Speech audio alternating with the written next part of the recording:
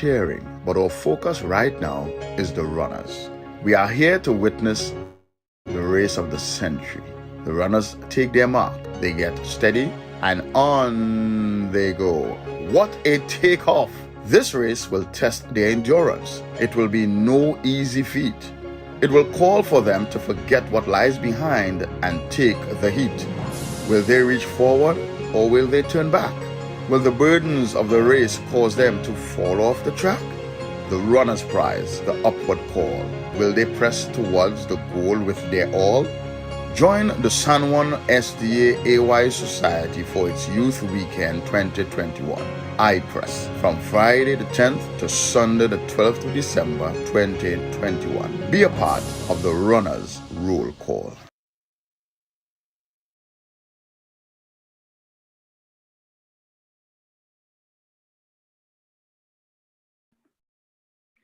Good afternoon. Good afternoon, everyone, and welcome to AYI Press. I Press. It's our youth weekend. Welcome to all our viewers, both on Zoom and on YouTube. We welcome you to this afternoon's AY program.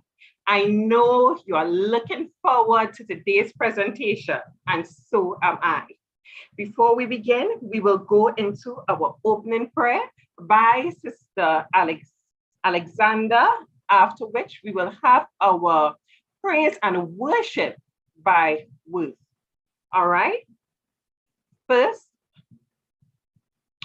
after which, we would have our intro video. Then we will begin our program for today. Evie?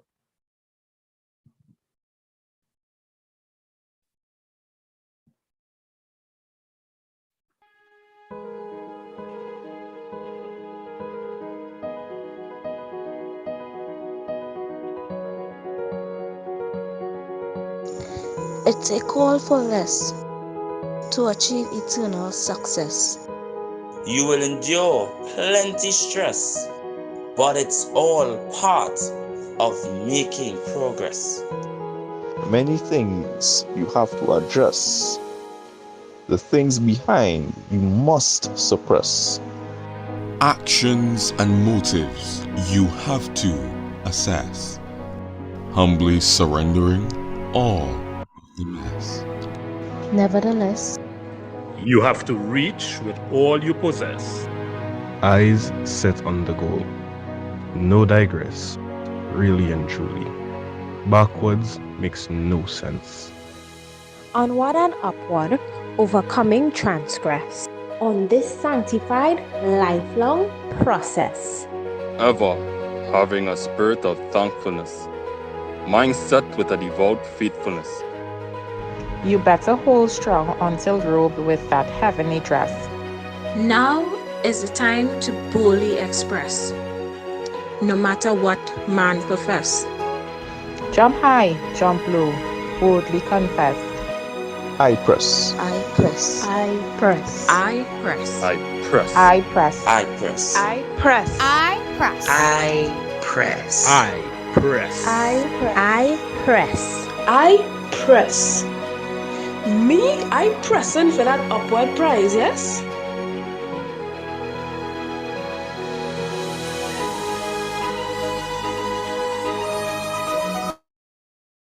Good afternoon and happy Sabbath, everyone. Let us bow our heads and close our eyes for opening prayer.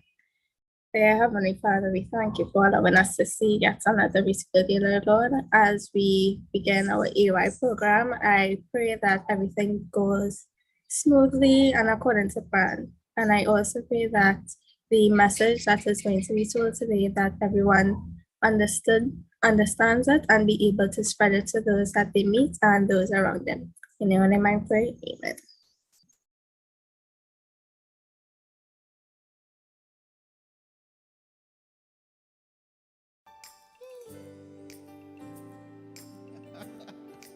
We are giving God praise here, right now, wherever you are.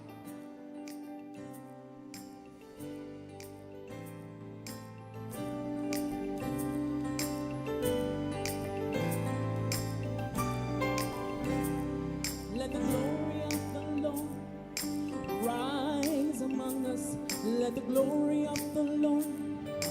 rise among us. Let the praises of our King rise among us. Let it rise. Let the songs of the Lord rise among us. Let the songs of the Lord rise among us. Let the praises of our King rise among us. Let it rise. Oh, let it rise. Oh,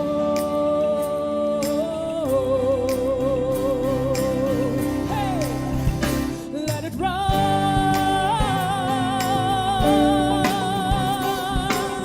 Let's sing. Let the glory of the Lord rise among us. Let the glory of the Lord rise among us. Let the praises of the King rise among us. Let it rise.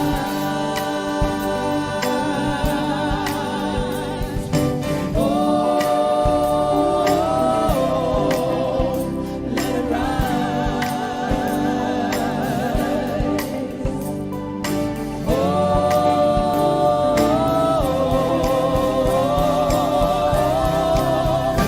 let it rise.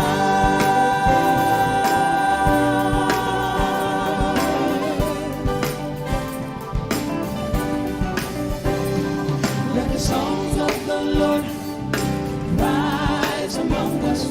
Let the songs of the Lord rise among us. Let the joy of the King rise among us. Let it rise.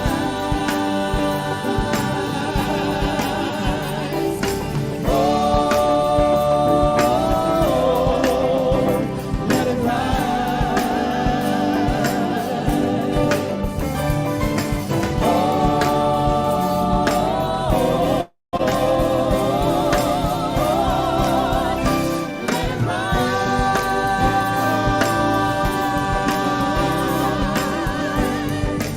come on, say let it rise, let it rise, let it rise. Yes, come on, say let it rise, let it rise. We give you praise, we give you glory. Say let it rise, let it rise.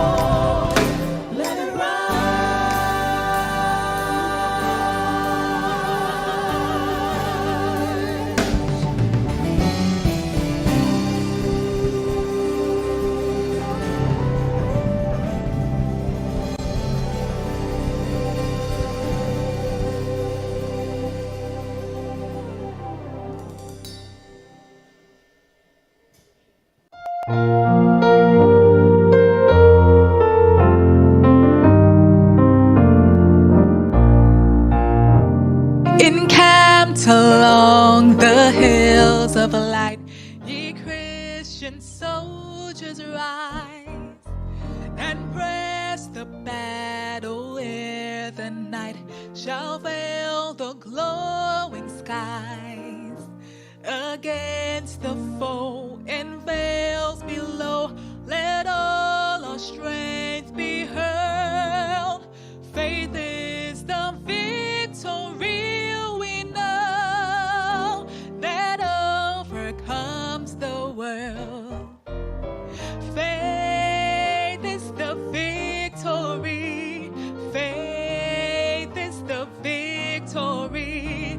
Oh, glorious victory that overcomes the world. On every hand the foe we find drawn up and tread ways of ease be left behind, and onward to the fray. Salvation's helmet on each head, with truth all girt about. The earth shall tremble neath our tread, and echo with a shout. Faith is the victory. Faith is the victory. Oh, glorious victory that overcomes the world. To him that overcomes the foe, wine raiment shall be give. Before the angels he shall know, his name confessed in heaven.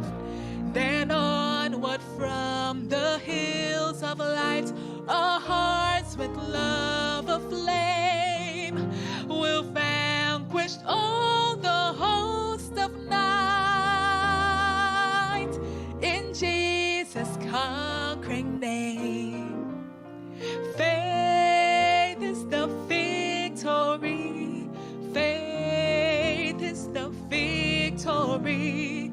Oh, glorious victory that overcomes the world. Faith is the victory. Faith is the victory. Oh, glorious victory that overcomes the world.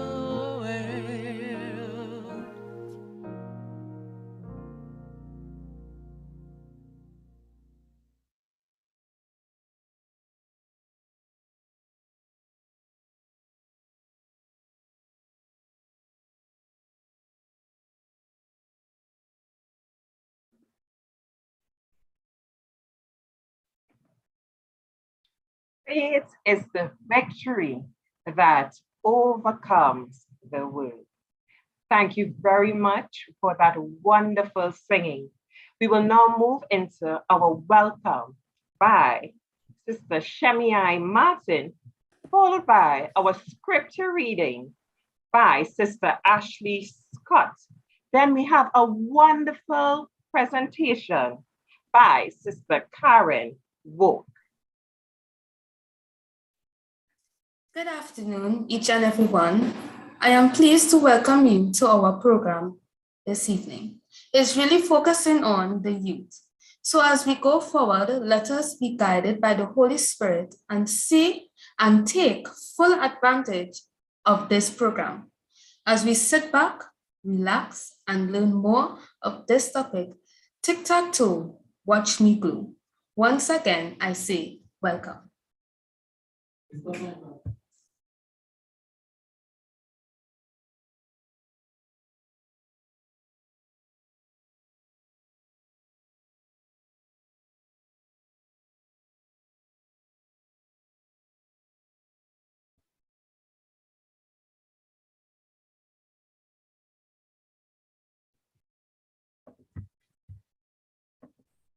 Good afternoon, everyone. The scripture reading is taken from Philippians 3, verse 13 to 14, and Romans 12, verses 10, 17 to 18. Philippians 3, 13 to 14 says, Brethren, I count not myself to have apprehended, but this one thing I do, forgetting those things which are behind, and reaching forth unto those things which are before.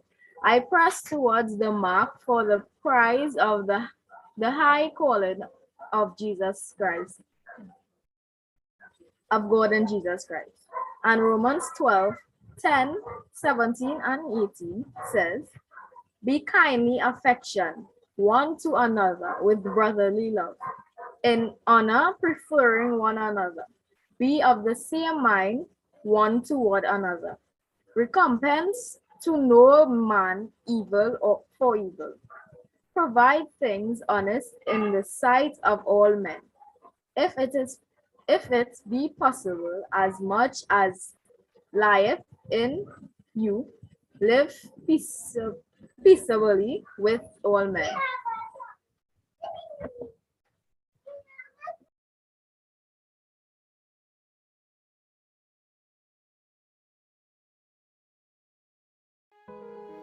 We should make our words such as to be a help and an encouragement to one another in the Christian life.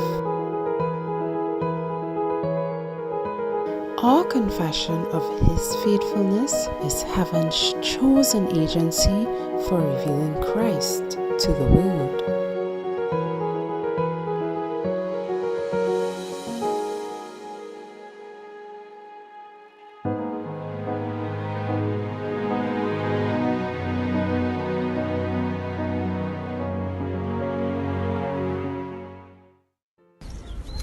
Hi, my name is Karen Walk, and I am here to give a testimony about challenges and how I faced them and the lessons that I learned. Almost a year ago, I uprooted myself and my 2 children, and I moved to Tobago.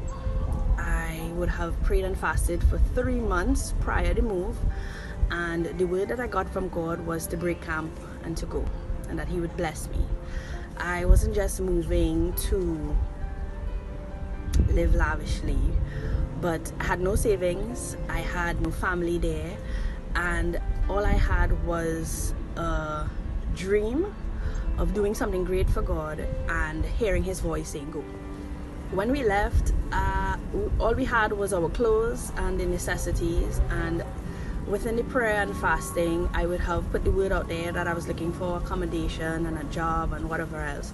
And within one of the days of the fast, someone called and an opportunity opened where I would have had accommodations and a job to take care of an elderly person.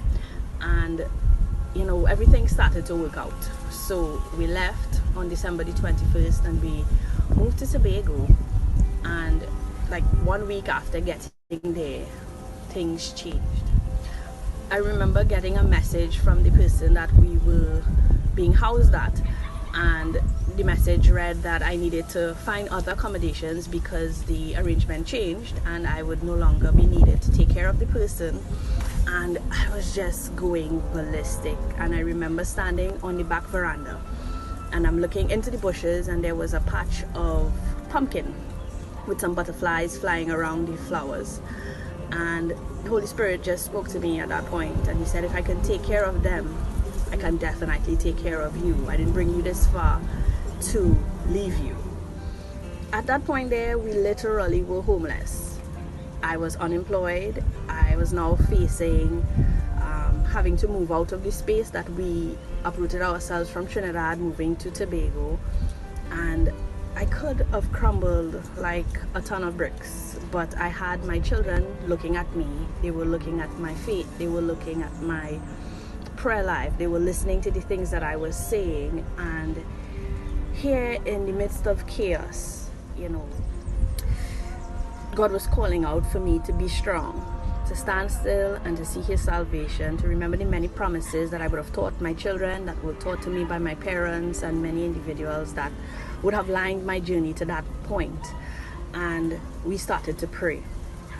And in praying, we had to trust. We had to believe that the promises were true and that they would not go back to God void, and that He would definitely take us through. I needed to remember the many things that God had done for me in the past and show my children that they were not just stories, but that God definitely was continuing to bless us. Fast forwarding now to today, I could definitely say that God has been an integral part of that move. I have not accomplished the grand picture of what He has spread in front of me to do there in the island of Tobago, but I have seen so many blessings, not just on my part, but in the lives of my children, where they are praying, they are claiming promises, they are trusting Him, even when we cannot trace Him. God has never left us undone. We've never been out of doors. We've never been naked, you know, and the promise that I was young and now I'm old. I've never seen the righteous forsaken, nor their seed begging for bread is one of my favorite promises of all time. Regardless of the many things that myself and my children have been faced with in the year of 2021, I thank God for the many trials. I thank God for the many things that I would have learned. Young people, the Christian journey definitely is not for the faint at heart, but just take hope, and trust God. His promises are true, and you have to read them and put them in your heart and know them so that when you get into situations, you can pull on them. And that is what has helped me, and that is what has helped my children as we continue to journey, putting our hands in the Master's hands to finish the work of the gospel going out. And I'm just thankful to be on this journey. As much as I am faced with difficulties, I honestly believe that I'm on the right path. I'm going towards working for truth and doing what God has asked me as an individual in a personal call, not a group call, but an individual call to myself to do His will.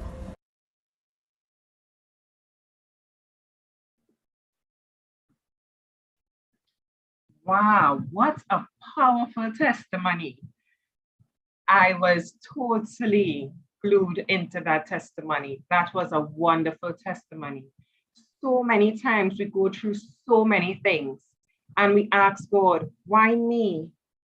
I'm faithful to you. I am following your promises. And you said in your word, you'll never leave me nor forsake me. And sometimes we believe that God isn't hearing our cry, but sometimes He's just telling us to be still and know that He is God. Thank you very much for that testimony, Sister Walk. And we pray that God continues to bless you on your journey. We will now go into another feature, another video presentation on spiritual empowerment. Stay tuned.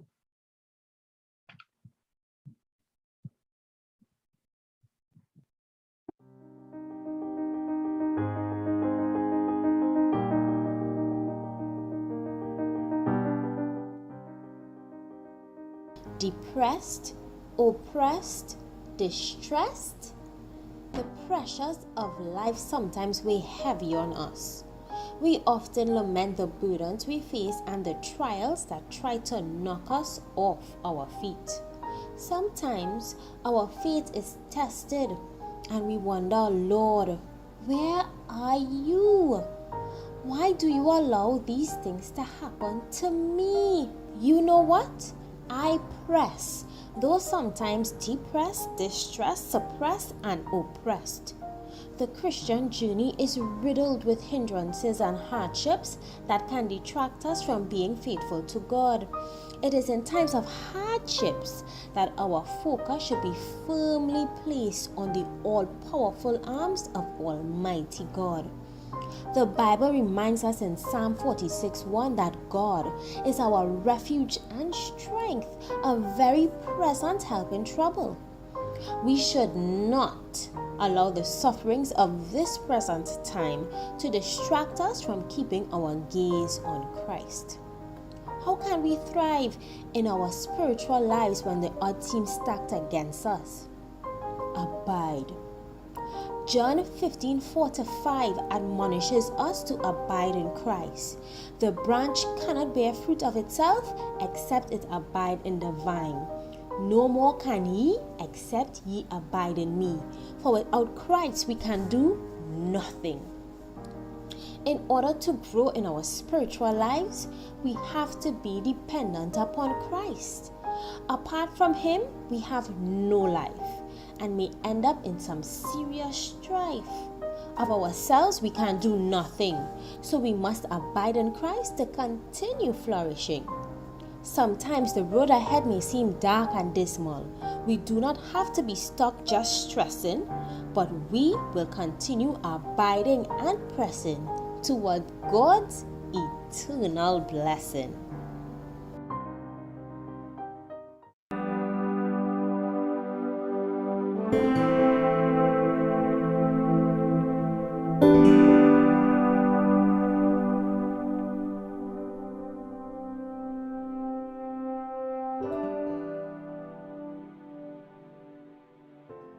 Yes, 100%. I will describe myself as a social person.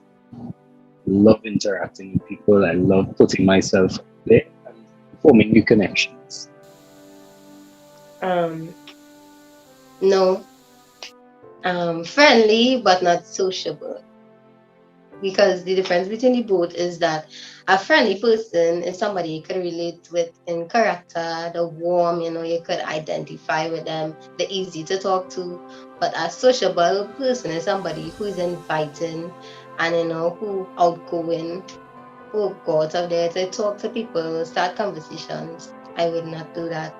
I would not do any of those things. Yes, I do see myself as a social person. Reason being is that I have found myself over time to be someone who is able to carry a conversation with most people I come into contact with, if not all. In some form or fashion, I would find something that is relatable to both myself and the person that we could probably converse on, that is relevant and worthy of conversation. I find myself a social person and a persons not just are comfortable with, but tend to enjoy in some form or fashion, right? And I thank the Mighty Father for that blessing, that I'm able to be social.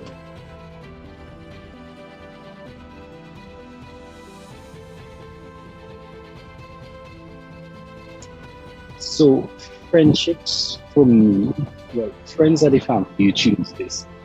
So, for me, friendships allow me to choose the persons I allow in my social circle, choose whether they're motivational, whether they're there for a good laugh or good times. Friendships are really important to me because they help carry you through darker times as well and help lift your spirits in general. I take friendships very seriously because I think that title, friendship, carries a lot of weight. Friendships is important for one, companionship, experiencing life with others. As humans, we can all relate to the same feelings, similar experiences. So friendship just makes going through life, experiencing life more fun, and you're not alone. So it's important, but not that important. Friendships are, lifelong connections that stand the test of time to me. Friendships mean that I could communicate with these people at, sometimes could be an inconvenient time or convenient time, and I could share my, wants, wishes, ideas, and we could relate to each other genuinely, without any sort of acting, but being real with that person or persons, right? Friendships are important and they help to not only foster balance, but, it's all part of our journey as young people, as older people, as human beings, to communicate with our brothers and sisters or friends, family, loved ones, right? And most of these things outside of your family bracket tend to start as a friendship,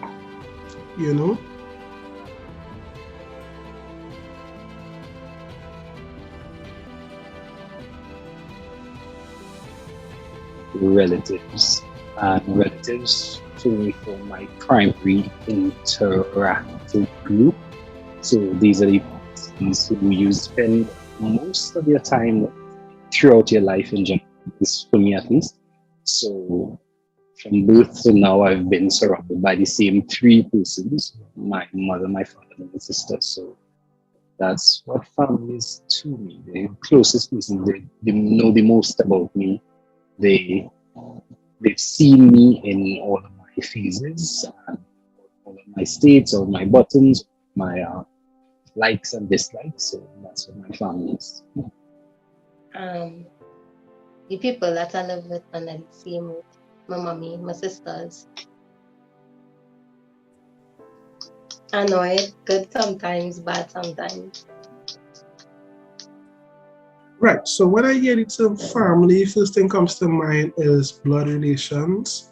Of course, there's family outside of that, but the first thing comes to mind is your parents, your grandparents, your siblings, blood related family that the grouping that you were born into. Secondly to that, you think about church family, right? Sometimes. Thirdly to that, you think about work family, how you were socialized. So of course, you were born into a family or home, right? According to how you were brought up, sometimes for some people, the second family they know is their church or be their community, right? So that's also a family, even though it's not blood, it's a connection, people who you are socialized with, people who help to raise you, so to speak, right? The people who you work with, they are also your family because you spend a lot of hours and time with them. And even though you don't always see eye to eye, even with your blood family, and you don't see eye to eye with your work family, they still help you to grow in some form or fashion, right? So, yeah, first thing that comes to mind though is blood relations.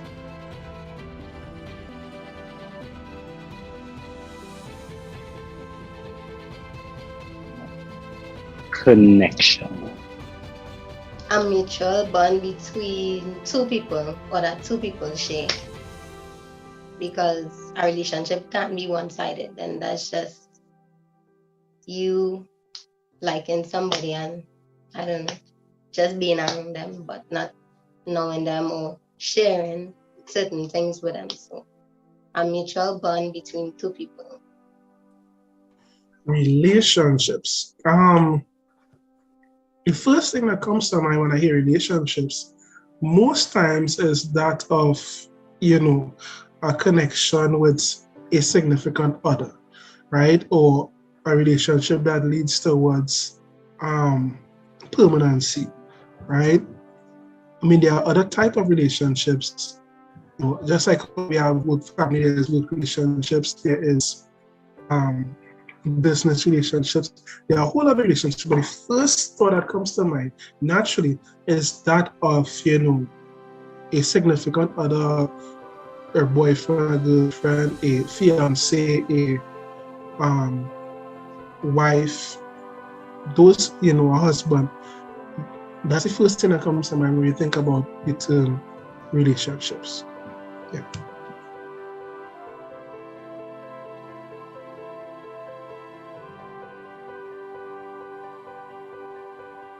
Honestly, at this stage in my life, no.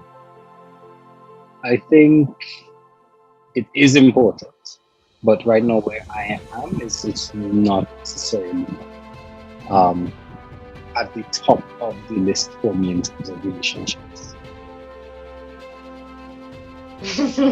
No, no, definitely no. Because this generation of boys is very, very ridiculous, very scary. But for me, it's a no.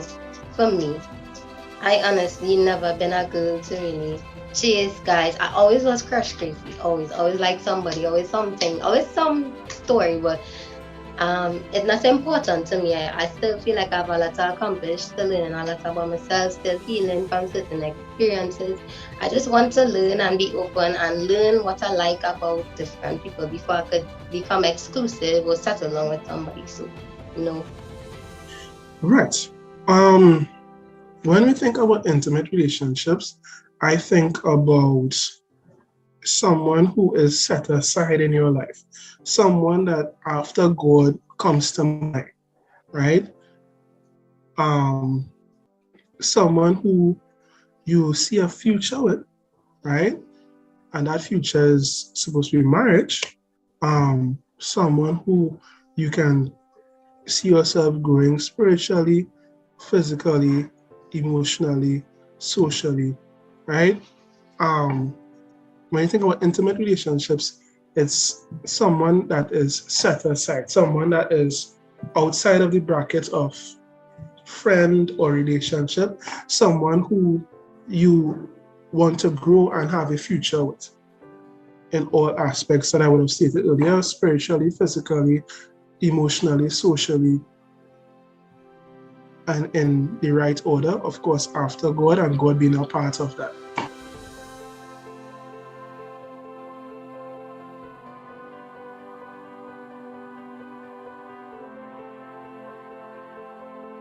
Yeah, absolutely. Absolutely.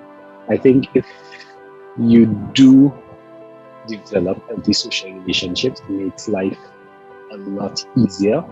You have persons to help push you through difficult times. You have persons to mention a name in a room of opportunity. You have persons you can confide in, and persons you can just enjoy yourself and be yourself. Yes, healthy social relationships is very, very important. Mental health is very important, and it is not good to to keep yourself in toxic situations or toxic relationships is very important. Of course, it is absolutely necessary to develop special social relationships because we are social beings. Whether we like to admit it or not, right? At some point in time or the other, right? Because no man is an island and we were created to really, be social in some form or fashion. It's almost natural to want to communicate one to another, share thoughts, share ideas, have friendships, and build social backgrounds, right? What we call sometimes a safety net. It's important, right? Especially when you are emotionally torn or you are tired and weary, right? Yes, first and foremost, you talk to the Almighty Father and you let him know, your pain and anguish and so forth. But it's also important to talk to some spiritual friends, talk to some people within your social network who you would consider to be your safety net, your safe zone, your that group, that social group that would help you through a tough time. Right? It's not wise to bottle up your issues and your shortcomings and things that may bother you on your own, right? Us being social beings, we have each other.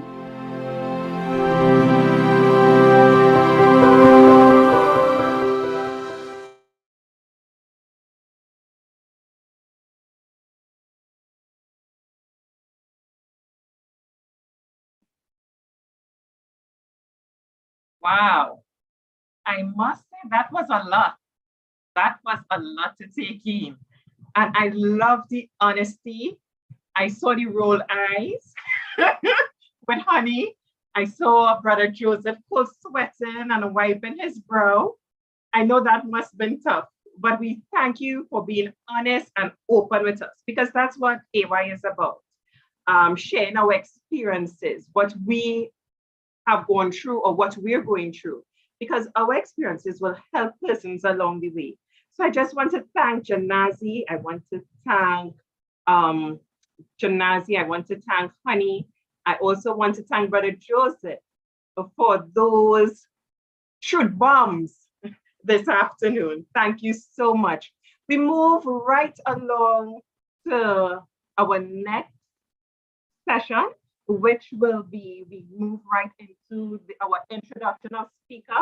Miss Anita Bailey will introduce our speaker, after which we'll have our special music by Sister Amanda Escamilla, after which we will have our opening comments by none other than Pastor Steve Riley.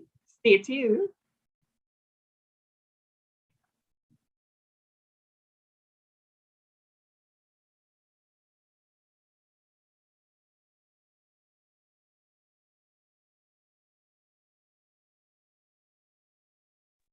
Let me introduce the main speaker for the afternoon, as well as one of the panelists, Pastor Steve Riley. Pastor Steve Riley is the pastor of the Mount Dor Estate Church in the South Caribbean Conference. He is a husband and a father of 2 girls. His ministry is far-reaching. God has opened many doors to him to minister locally, regionally, and internationally. Pastor Riley is known for his love for youth ministry and his creative, inspiring productions that share the gospel to youth and the young at heart. It is our prayer that God continues to bless him and his family as they continue to give their lives to be a part of God's ministry. The other esteemed panelists joining him later on are Sister Yola George. Sister Yola George is a proud graduate of USC. She is an attorney at law and a social worker, working with Children's Authority of Trinidad and Tobago. Sister Yola has always been passionate about children and youth ministries, with a special penchant for theater arts. She believes in using creative ways to spread the gospel and believes that personal relationships are integral for bringing souls to Christ. The Sandys. Mr. and Mrs. Sandy met 18 years ago while at university. They have been married for 11 years and are parents of 2 beautiful children, Makiba and Joshua Jr. They both have a deep love for music and also believe strongly in a family unit that is led by God. The Timothys. Sister Joanne Michael Timothy is the 5th child from a family of 10. She is a Guy Trin Begonia. This phrase is because she was born in Guyana and she is married to the lovely Victor Timothy Jr. from Tobago for 22 years. Brother and Sister Timothy have 2 precious gems, Joanne and Sergio. Sister Timothy is a teacher by profession. She has been working with young people for the past 26 years, helping prepare students for the first leg in the race to become medical professionals. Brother Victor, San Juan, is known for his love for the Lord and the Seventh-day Adventist Church, which he has been a part of for all his life. They both love the Lord and their family dearly and want to do everything God says for them to do. And lastly, Brother Travis Daisley. Brother Travis Daisley is a young man that is seeking to grow in his relationship with Christ each day. He loves working with the youth and is passionate about using any opportunity to be selflessly involved in God's ministry.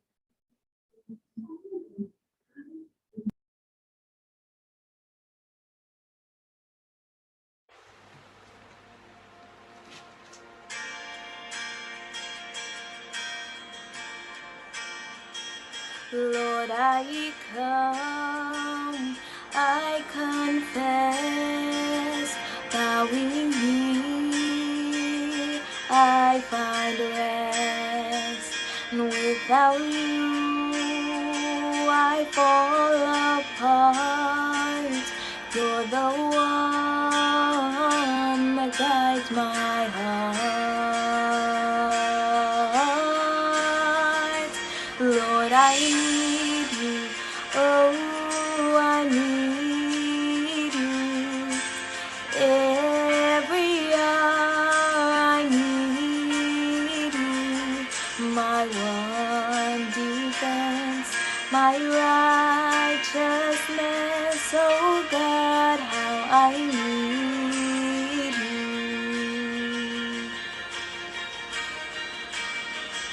Where sin runs deep, your grace is found. Your grace is found is where you are. And where you are, Lord, I am free. Holiness is Christ in me.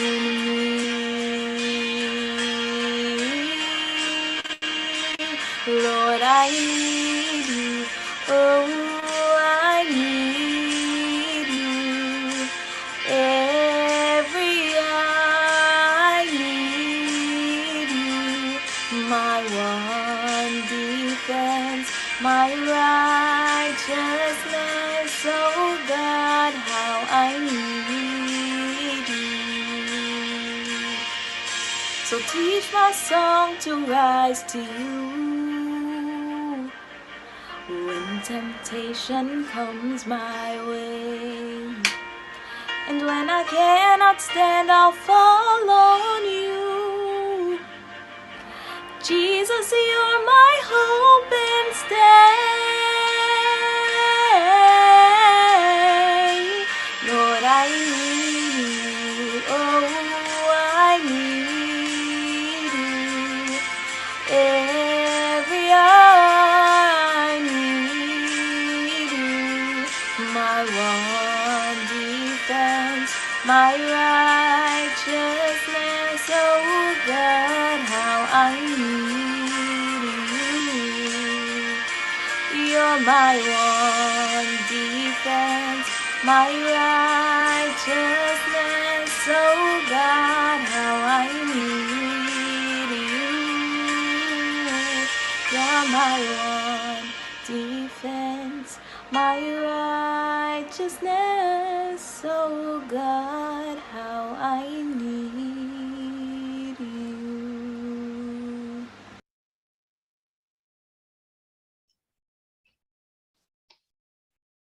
Thank you, Amanda. Thank you.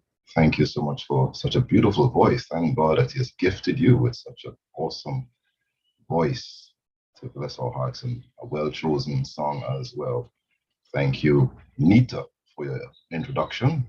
Even though I was a bit scared there when you said I am the father and or husband and father of two children. I was a bit concerned there because, I mean, in these times, anything can happen. I was wondering what's happening with the Riley family. This guy is both husband and father of two girls. Wow.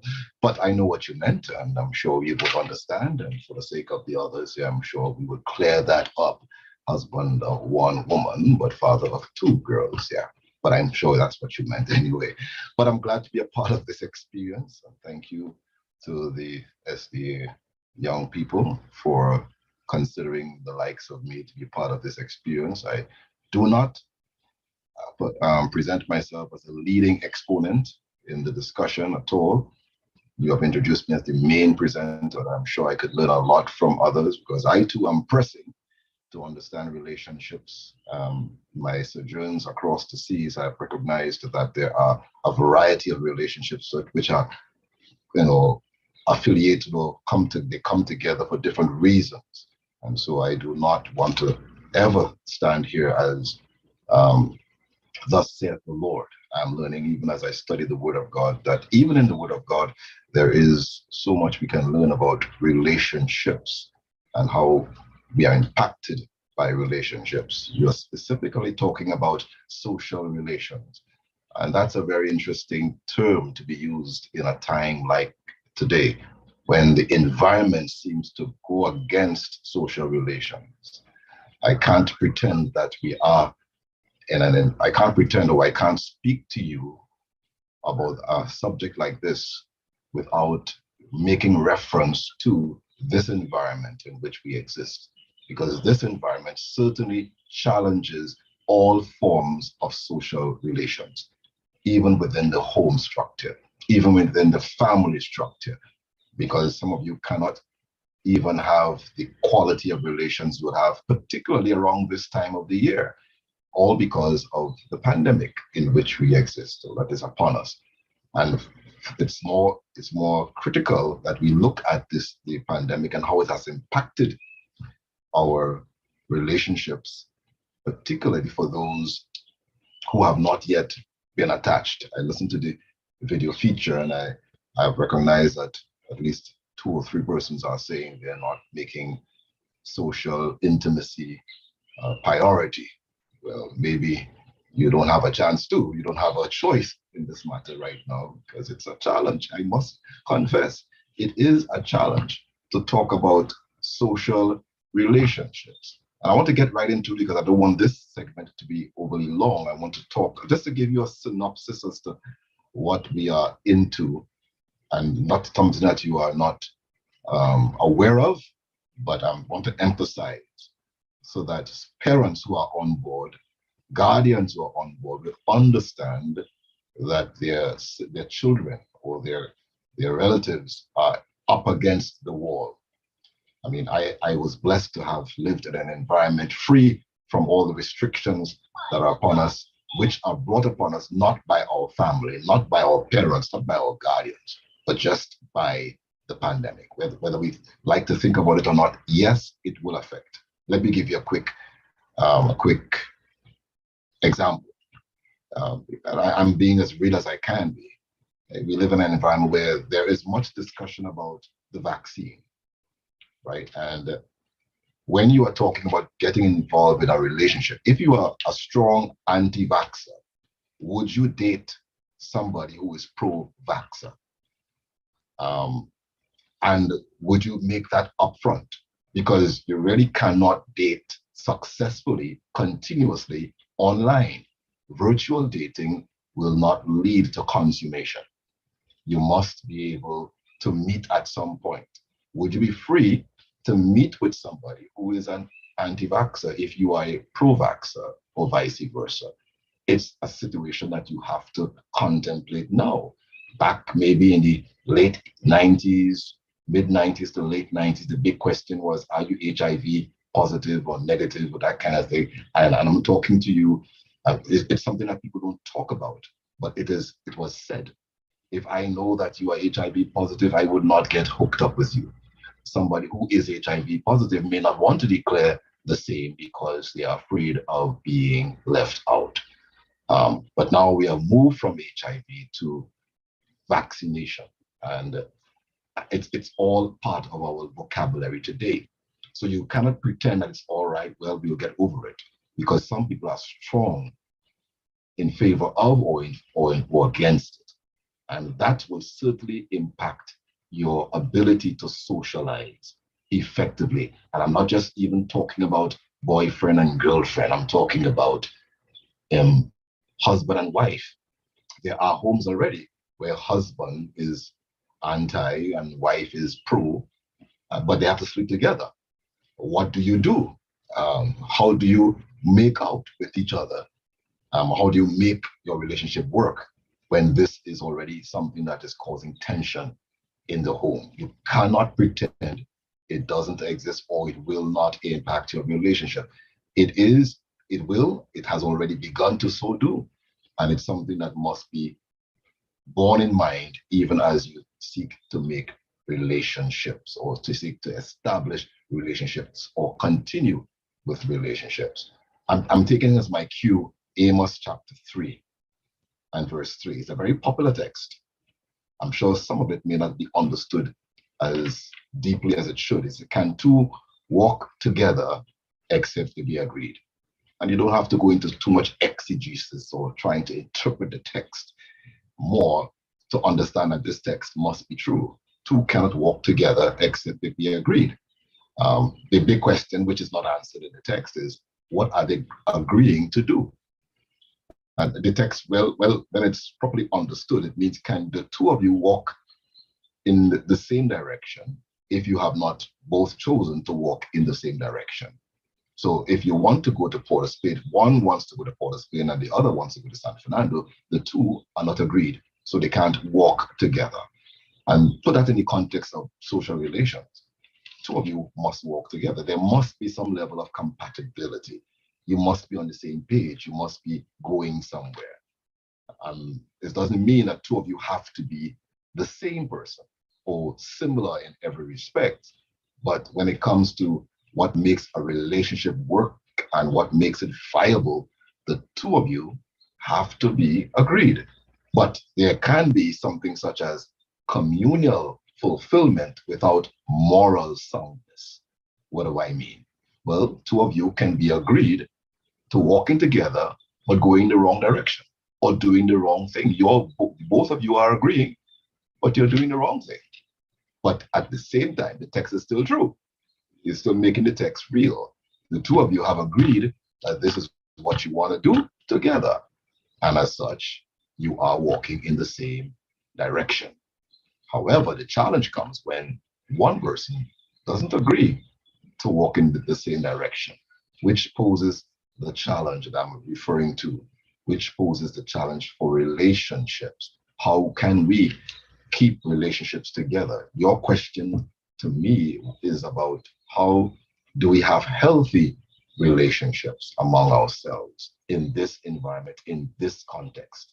And I will further want to ask, how do you go about defining what a healthy relationship is? Who gives the definition? By whose rule book do we define the essence of a healthy relationship?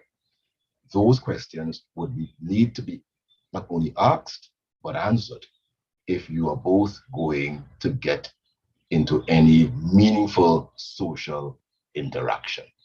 The interesting thing about our society today, even prior the COVID pandemic, is the advent of media, the advent of social media, which perhaps is better defined as anti-social media, because it separates us from personally interrelating with one another more than it encourages it. It's a way of socializing, no doubt, but it does not allow us the freedom to socialize or the opportunities that we need to socialize as frequently as we should. And that's contra what God wants us to do, in the sense that if you look at me right now and you look at yourself, you notice that the largest human organ is the skin. And as such, God meant that we should be touching each other more than just bouncing each other or just saying hi. He meant for social relations and social interaction, which involve flesh interaction, to be a major part of who we are. And let's face it, all of us survive on touch. All of us need touch. All of us need to be touched. Some of us don't like to admit it, but all of us really, touch is a very critical part of our upbringing. And I'm not talking about illicit touch. I'm not talking about there is touch, and there of course is touch that is not recommended. But I'm talking about the fact that we have skin. There is something touching does. When a man bounces his friend, his male companion, or he's on his shoulder, is touch. He wouldn't do that to a girl. I mean, he could do it, but you have to stand the consequence of so doing. But that's what he does.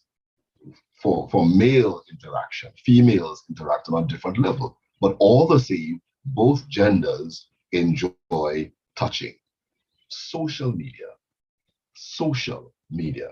I mean, it's almost ironic. Social media discourages, or at the very least, it does not encourage much socializing. You would know that if you go to a social program or a program that is about socializing, nobody dares to go there without their phones. And even while they are there, they are on their phones they're socializing, but they're on their phone. That's what social media has done. It has discouraged us to spend more time socializing. And that's the reality to which we have come. Therefore, I mean, I'm thinking it's something that we have to start looking at. Look at our schools, for instance. Our schools are now based on online versus in-person. And perhaps there's more online than in-person. What happens if the pandemic lasts for another 2 years? It's going to deprive many young children, young people of vital social skills. They may not even know how to speak in person. They are better speaking on the phone. If I were to take away the phone from some of the young people and say, okay, let's have a talk session, would you be in a position to really start up a conversation without your phone? Your phone is outside, it's somewhere placed somewhere safe, but you are now asked to speak.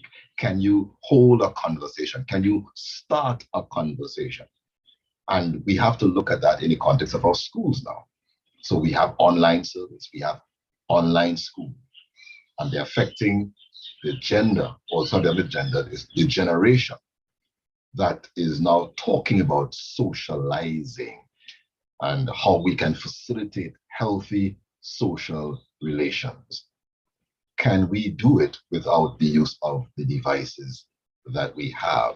Sure, it can be done, but it will be a challenge. Even now, it's a challenge, I'm quite sure.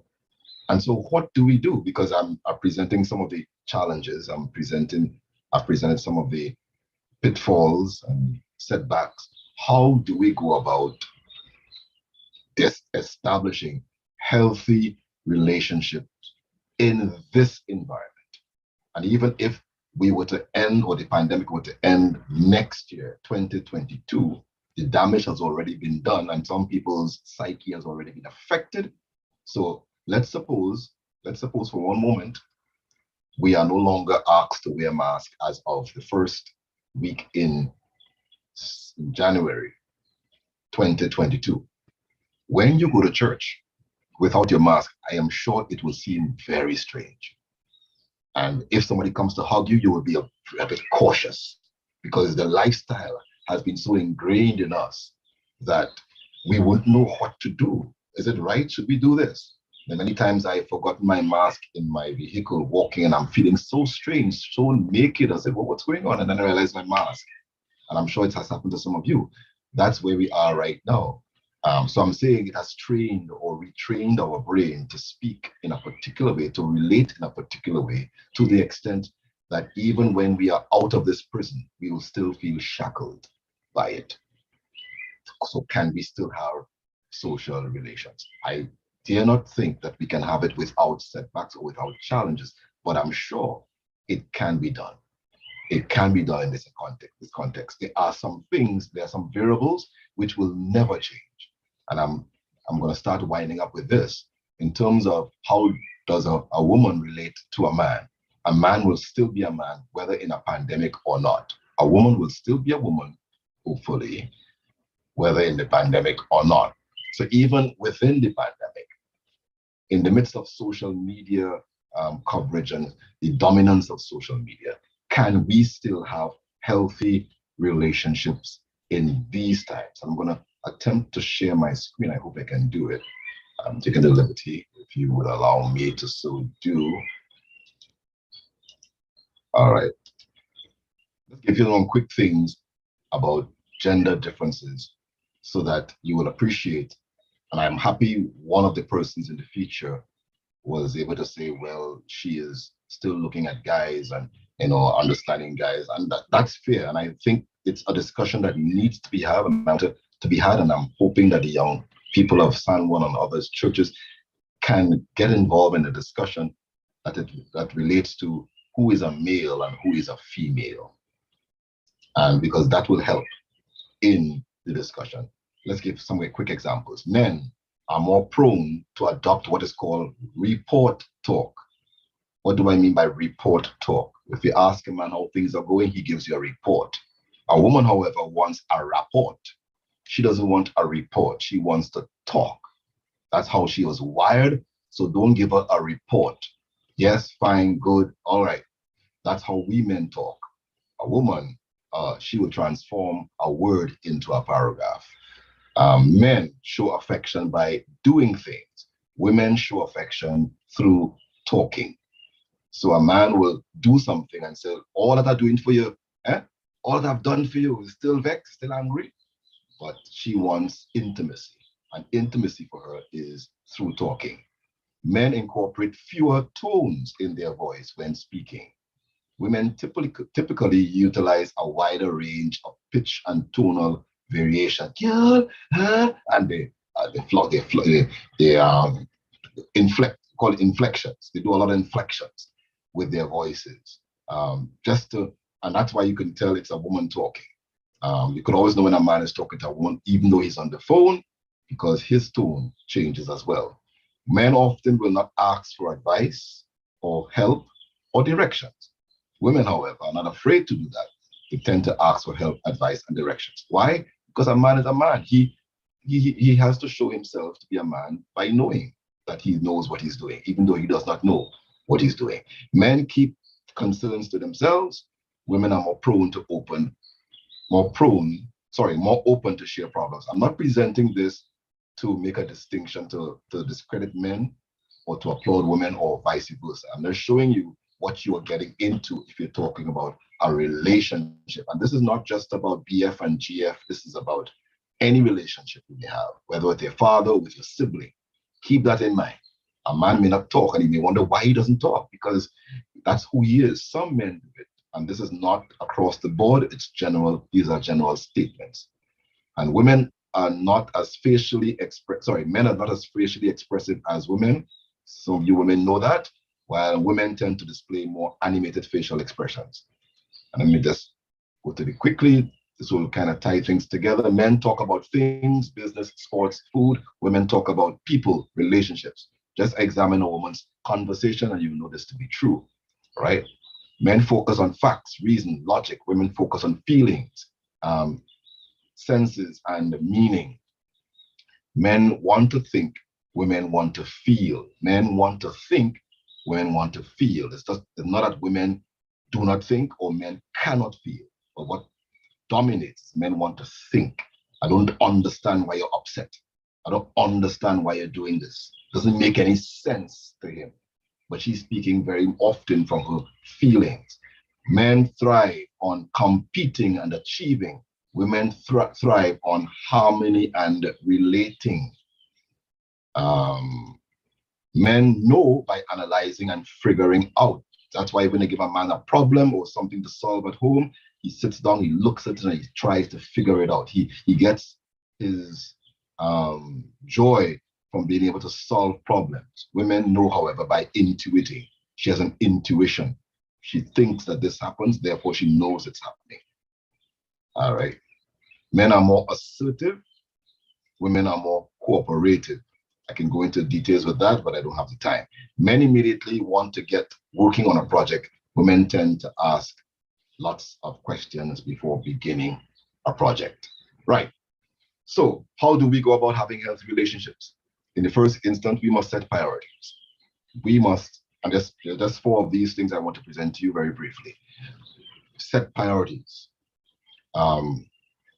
What if you're talking about meeting a guy or meeting with somebody or walking together to be agreed with somebody, you have to have priorities in your mind. You have to know what you want. Because if you don't have any priorities, your partner will set the priorities for you. So you must set your priorities.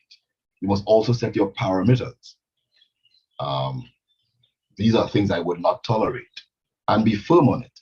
When Joseph said to Mrs. Potiphar, I cannot do this great wickedness and sin against God, he didn't just wake up one morning or in the midst of the temptation decided to say that. It must have meant that he already set parameters when he was working for Mr. Potiphar. When Mr. Potiphar said, take care of that, he already in his mind set parameters. This is what I will do thus far and no further. Both male and female, you both must do that even while you are thinking of each other, while you are dating. Set parameters in your mind so that you would know where to go, where not to go, and what to start doing, because you can't finish what you start. All right. While that may be true, and you may not like the guy, you're not interested in the guy, you don't really like the girl, you must still be people oriented, because some people may not be right for you to get involved in, but it doesn't mean you have to not assist where necessary. They must know that you are still out there for people, because this is not about you exclusively. It's about others. And sometimes God brings you in contact with people not to get involved with them, but to just lend assistance when necessary. We have to know the quality of relationship that we must start. Not everybody you are attracted to is the person you must get attached to. You might be attracted to the person, but it doesn't mean you have to get attached to the person. Some attachments were not meant to be. And finally, be prayerful. And this is where the God element comes in. Set priorities, set parameters, be people-oriented, and be prayerful. And when you do that on a continuous basis, in terms of you're relating to people, and this applies to whether you are in your home, I use broad perspectives, whether you're in your home, whether you are relating to family members or an intimate relationship, be people-oriented, but do not forget to put God in your mind, because sometimes some lectures would not come back to you when you are in the midst of a very difficult situation, but make sure that God is always with you to guide you. These are some of the things that I want to start the conversation with. I don't want to take too much more time. Thank you for at least listening, and look forward to the panel and the questions that you may have. Wow, thank you very much, Pastor Riley. I see the YouTube chat is blowing up. All the men are saying, yes, yes, it's true. You're talking the truth, Pastor Riley. The women are quite silent this afternoon. So we want to thank Pastor Riley for that introduction. We will go right into our questions this afternoon. And remember, those on Zoom and also on YouTube, please feel free to ask your questions in the chat, and we will ask the panelists on your behalf.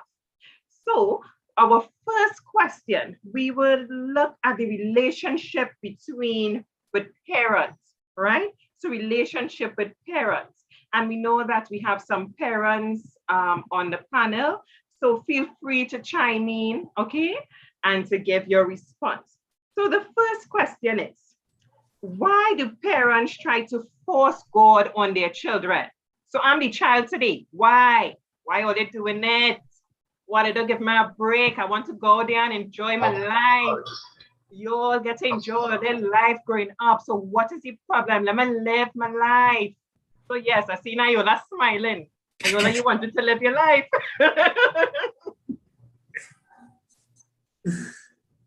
So tell me, Mommy Joan, tell me, why do you impose God on us? Why?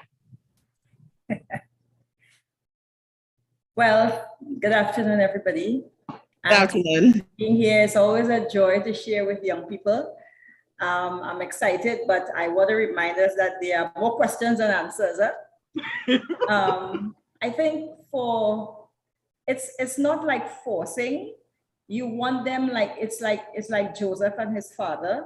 You want them to develop and accept your God because you know your God, right? And so you want to introduce them to your God.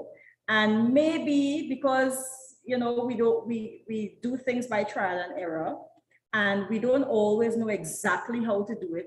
It seems as though we're forcing, but we're just merely encouraging you to accept the God that we know. Thank you very much for that. So, Sister Yola, tell me, when you were growing up, did you feel that, listen, they're shoving this God thing down my throat every Sabbath? I can't go to bazaars in school. And I went to a convent. So they had the best bazaars. And then the guys from the boys' school coming across. How did you deal with this God thing right through? Good afternoon, everyone. So I didn't exactly feel like they were shoving it down my throat coming up, right? I suppose I wasn't a very cunning mind. I wasn't very cunning minded at that time. But when I got a little older, I said to myself, apart from all the lovely things Miss Timothy would have said, there's another reason why parents would enforce this spirituality. And you all will forgive me for this, right? I just stirring the pot a little. It's another form of control. It is. It's another way to help keep your children in line so that you can, enforce upon them. A lot of times, my parents and we didn't have a whole lot of debate about dress code because they would easily end the discussion with, is that how a Christian dresses? And it kind of shame you into... I'm a Christian, so I guess not, And it was only until a couple of years after the damage was done that I realized, I'm sure this wasn't the reason for it, but it certainly was a fringe benefit. So that's one of the reasons I think that parents do that, to just establish some sort of morality. I think even parents who are not particularly spiritual themselves, they want that for their children.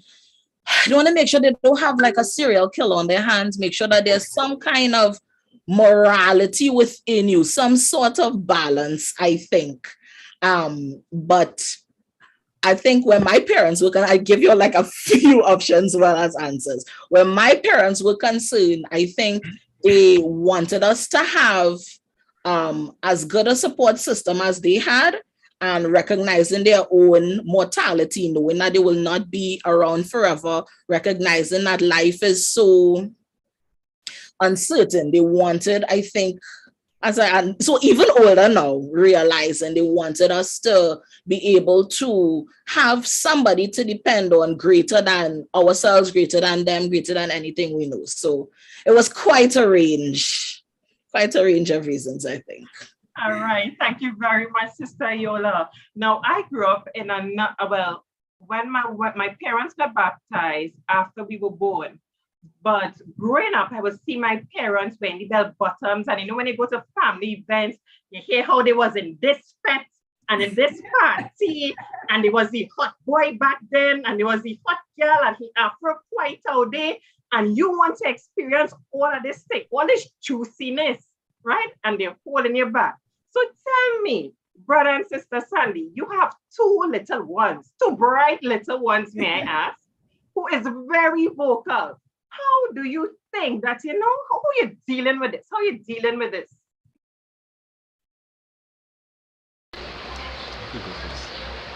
Well, our children are still young. Although they ask a lot of questions and stuff, we are not quite there yet. But it does cross your mind, how are you going to deal with certain things when it comes up in the future. I think we just have to pray and ask God for wisdom, and we have to try and explain to them why you shouldn't do certain things. Why certain things are wrong. Why even though your friends are doing certain things, you shouldn't do certain things. Because when most of us would have been coming up, your parents didn't used to explain why you shouldn't. It's don't do it, full stop. And you don't have an idea of, okay, so why? And you question, and sometimes when you get older, my parents say I shouldn't do this, but I'm big now, so I'm going to do it. And then you realize later on, okay, this is why they told me I shouldn't do it. But it's kind of too late then. I think it's important to explain to children at whichever level why we shouldn't do certain things, rather than just telling them, hey, I'm the boss, don't do that, or else. Yes, I totally agree, because that our young children today, they're in their why phase. Whereas we wouldn't ask why. We love our teeth, so we wouldn't have asked why. Mommy or daddy say don't do it, and we won't do it. But now we have these group of young children growing up, and you tell them to do something, and it's why? But mommy, why? But mommy, why? And do you still take that approach of the old-time parenting style? Or do you say, well, listen, and you sit them down and you explain to them, well, this is the reason why. Because sometimes I would tell my daughter, Azzy, don't do this. Azzy, don't do that. And she's like, oh, okay. But after all, she came from me. So I expected that. And she will go and she'll like, mommy. But mommy told you, oh, so that is why I shouldn't do it. Yes, that is why. So it takes us on to our next question. Sometimes it seems like parents are from Mars and children are from Jupiter. How can you have a healthy relationship with your children? Parents rather, how do you have a healthy relationship with your parents even when they drive you crazy? So Pastor Riley, did you grow up in an Adventist household all your life? Not at all. No, you didn't. I didn't. Okay. And did your parents ever drive you crazy? No. They can't hear. I don't think they're on today. You're free. No, well, they're not around actually, but okay. My mother did passed away when I was 2 years old. My father was a layman in the Anglican church, so he was of Anglican heritage. And I grew up as an Anglican. not as a bona fide Anglican. I will go from time to time. So referring to the question that came before, it was the God factor that stopped me from going parties. I was one of those, who was in dance halls, and I was there. I was actually being trained to become a disc jockey or DJ in parties, and it was the God factor. I rebelled, silently I rebelled. But the same background that I got, even with my Anglican father, and through my own personal interaction with God, is what arrested me from pursuing my other career, so to speak. So, in as much as the children may ask why, and they have the right to ask why, my question to the children is, if, or to other parents, if the answer you give to your children, they don't agree, what next? Are they asking these questions because they want to not do it, or they want to understand? If you could, but there are times when they don't need to really get answers. Sometimes they need to respect authority. That's what they need to do. And you are training them when they get out there to not disrespect you by disrespecting authority elsewhere. So there's also part of that. But I do understand, and I do share the need for interaction. I think it's critical to sit down with your children and talk their language and hear how they feel, how they think. And by that, they could also hear how you feel and how you think. All right, thank you very much, Pastor Riley. So, Brother Travis Beasley, the next question. Why do parents seem to have a problem with allowing their children to develop into their own person? All right, so why do you think that parents, have a challenge with allowing persons to, to having their children morph into their own persons? So a lot of the time, so before you answer, Brother Beasley, I work, well, most of you will know I work at USC at the South Campus, and I would have parents come in, bubbly and excited. Yes, my daughter wants to enroll in nursing. And I'm like, sure, not a problem. Meanwhile, this is the child. Yes, and she really wanted to become a nurse, Yes, and she doesn't wanted to become a nurse. Okay, mommy, that's nice. So, daughter, how are you doing? Miss, I good. So tell me what it is you want out. Miss, I really want to do business. And the mother hit them a cut. No, well, you see, she wanted to do business a long time ago. But you see, my aunt's living in Canada, and she's a nurse in Canada, and they have a downstairs basement where she can live. That as soon as she finished nursing. I say, but mommy, hold up. Mommy, and then the daughter come in. Miss, you see, the thing is, my mother always wanted to become a nurse, and then daddy ran away. And the thing is, she had to stay and mind us, so she never get to become a nurse. So, Brother Daisley, tell me, why do parents do this? I believe you actually touched it with your last point. They want their children at times their children to live out their goals. If a parent wanted to be something, and unfortunately that they are unable to do so, they believe that when they wanted to do it, it was the best for them. So they find that they want the child to live what they wanted to be their future. And it have the child, you could say, doubting themselves that is what I want to be, is it good enough? So they find themselves doubting this decision and losing some form of developing independence. And at times, what the child want to do isn't bad. As I say, business and nursing, there's nothing wrong with business. You can open your own nursing place with nurses and so on. So maybe the child wants to go that route, and you try to misunderstand what the child really wants to do. But I think thankfully in our family, we didn't have that problem, because I don't know what that kind of tension would have brought. But I think parents need to understand, is the children, is what my child want to be, or their future, is there any positive values, positive things that are in it? And if there is, we shouldn't have a problem. We try to understand where they're coming from, because if they do what you want to do, they may not be good at it, they will give up on it, and they will have to start over. So think about how it will affect the child mentally as well. Agree, totally agree. Thank you very much for sharing, Brother Beasley. We move on to relationships with siblings. So Sister Ebony, before you do, I just wanted to add real quick along with this, for children as well, to recognize that your parents are individuals as well, and they have their own histories and own rationale. As you know, Travis was saying, some of them have unfulfilled dreams, and unfortunately they want to live it through you.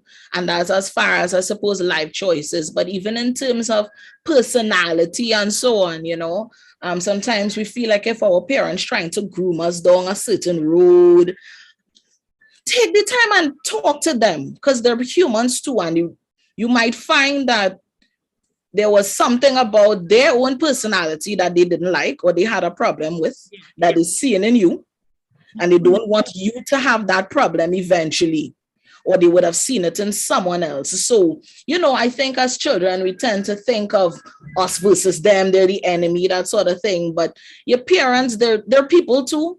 They have their own dreams and goals. They have their own disappointments. And sometimes it would bleed over to you. So before we come up in arms, you know, and it's all their fault, you have to listen to them too, see where they're coming from. Not necessarily agree, but it might make us more sympathetic to what their approach seems to be like. In addition to that, Ebony, sorry to cut you out, but a parent may miss a grand opportunity to understand his child, to find out why he wants to do business. You may do nursing. Okay, sit down with the child and find out what is about business you want to do. Why do you like business? Because this is an opportunity for you to understand your child. Because you may want to make a clone of yourself, but the child has his own mind. And sometimes we might miss some opportunities that we can get to understand who we are dealing with. True, agreed. Thanks so much. Just before you go. Yes, not a problem. In addition to what was said, sometimes the conversation is important, because sometimes when you talk with them and you show them what is happening in the present environment or even in the future, they may understand a little better, and they themselves may want to change. So it's very important to talk, really important. Agreed. Thank you very much, Sister Timothy. So we move on to the relationship with siblings. Now, we heard that somebody had 9 siblings? Well, we know about Sister 10. Wow, that's a lot. I couldn't even deal with the 2 siblings I had, but hey, Jesus was on my side. I'm here today. All right. So we're looking at siblings. So the question reads, what should I do if my sibling is my parent's favorite?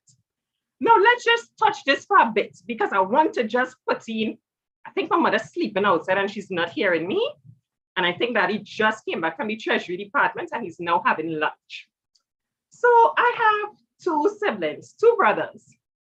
One, 2 of them are older. I'm the youngest. And let's just say the older one and the younger one, which is myself, you know, we seem to get, you know, oh, she said she's hearing me loud and clear, right? So I'll just, you know, choose my words carefully.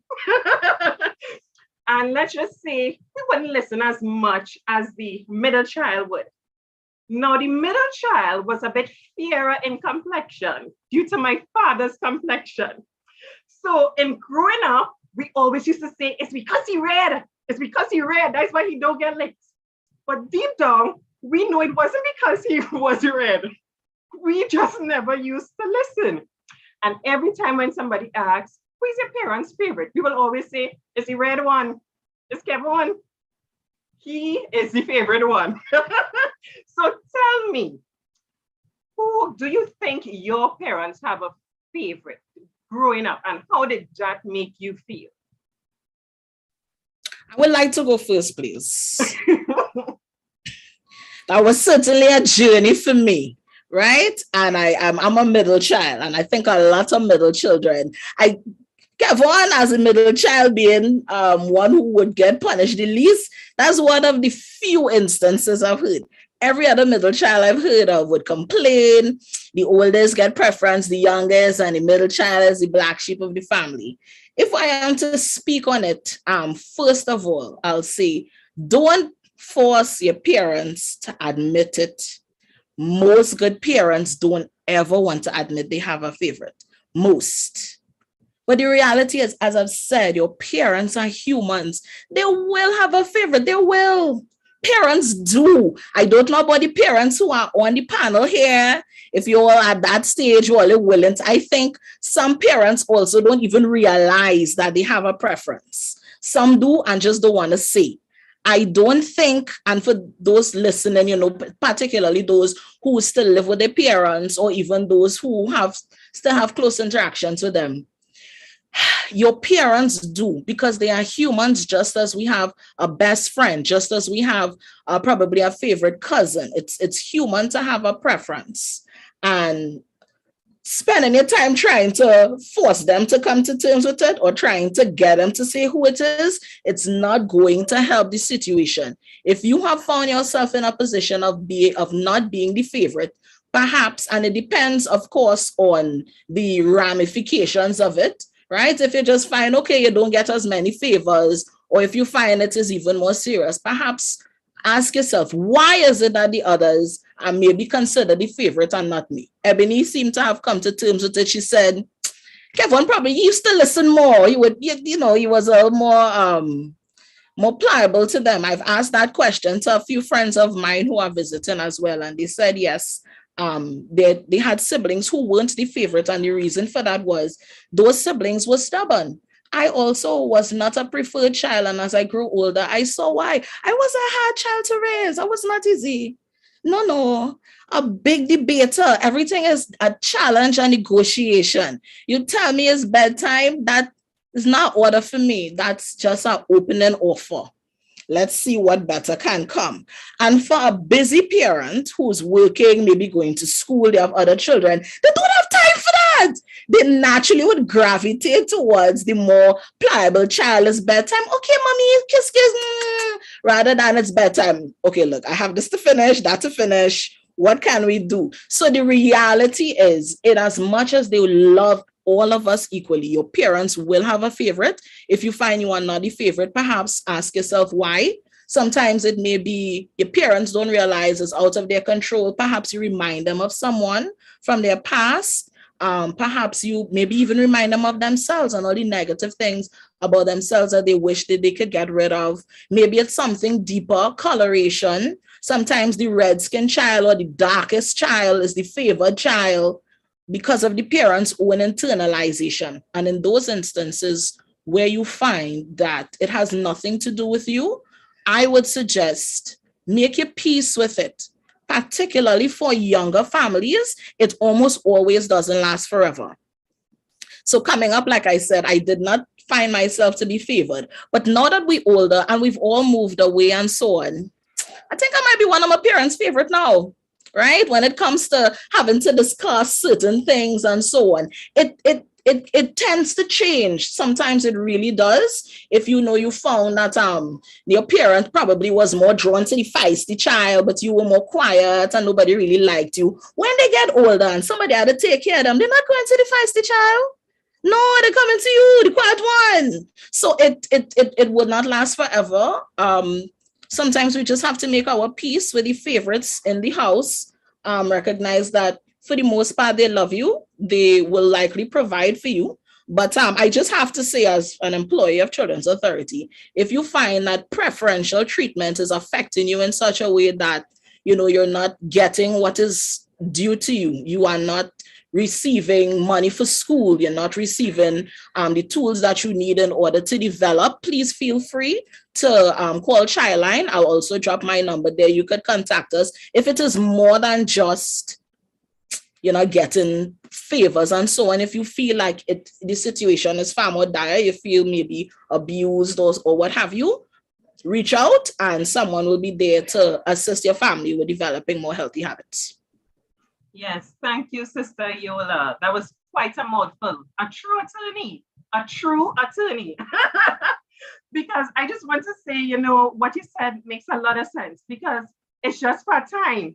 Because I have actually moved up the rank and I'm now the preferred child because I brought them their first grandchild, right?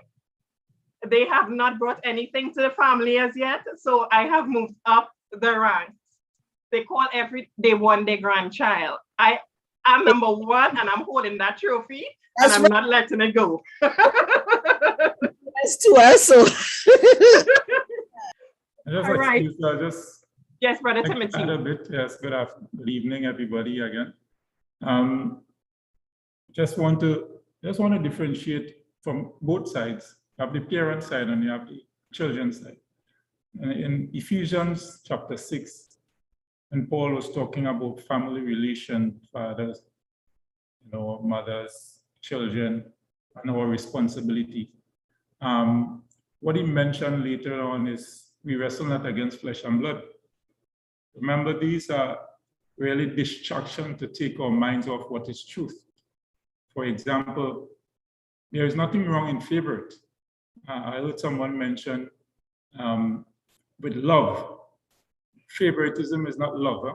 I just want us to get that straight, because even God has favorites. All right, Jesus had favorites. Right through the Bible, there are favorites, friendship, we're dealing with relationships and stuff like that. So in our family relation as parents, we should be mindful that even though we have favorites in our children, it's because it's not really, we shouldn't link that to love or hatred.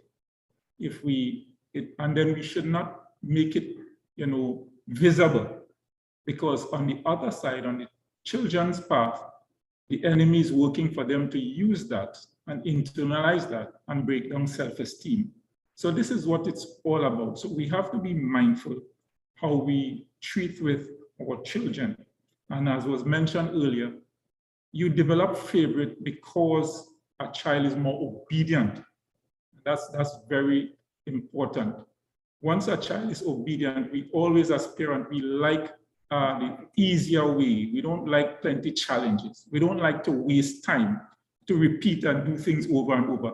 So we usually will gravitate, as my wife mentioned, we gravitate to the child who is easier to deal with, all right? It's because the one who is opposing and questioning all the time, it creates a challenge, and it's plenty energy we have to divert. So we always want our children to go the straight way, to listen and to follow. It's less work for us, all right? We come home and things are done, no talk, nothing.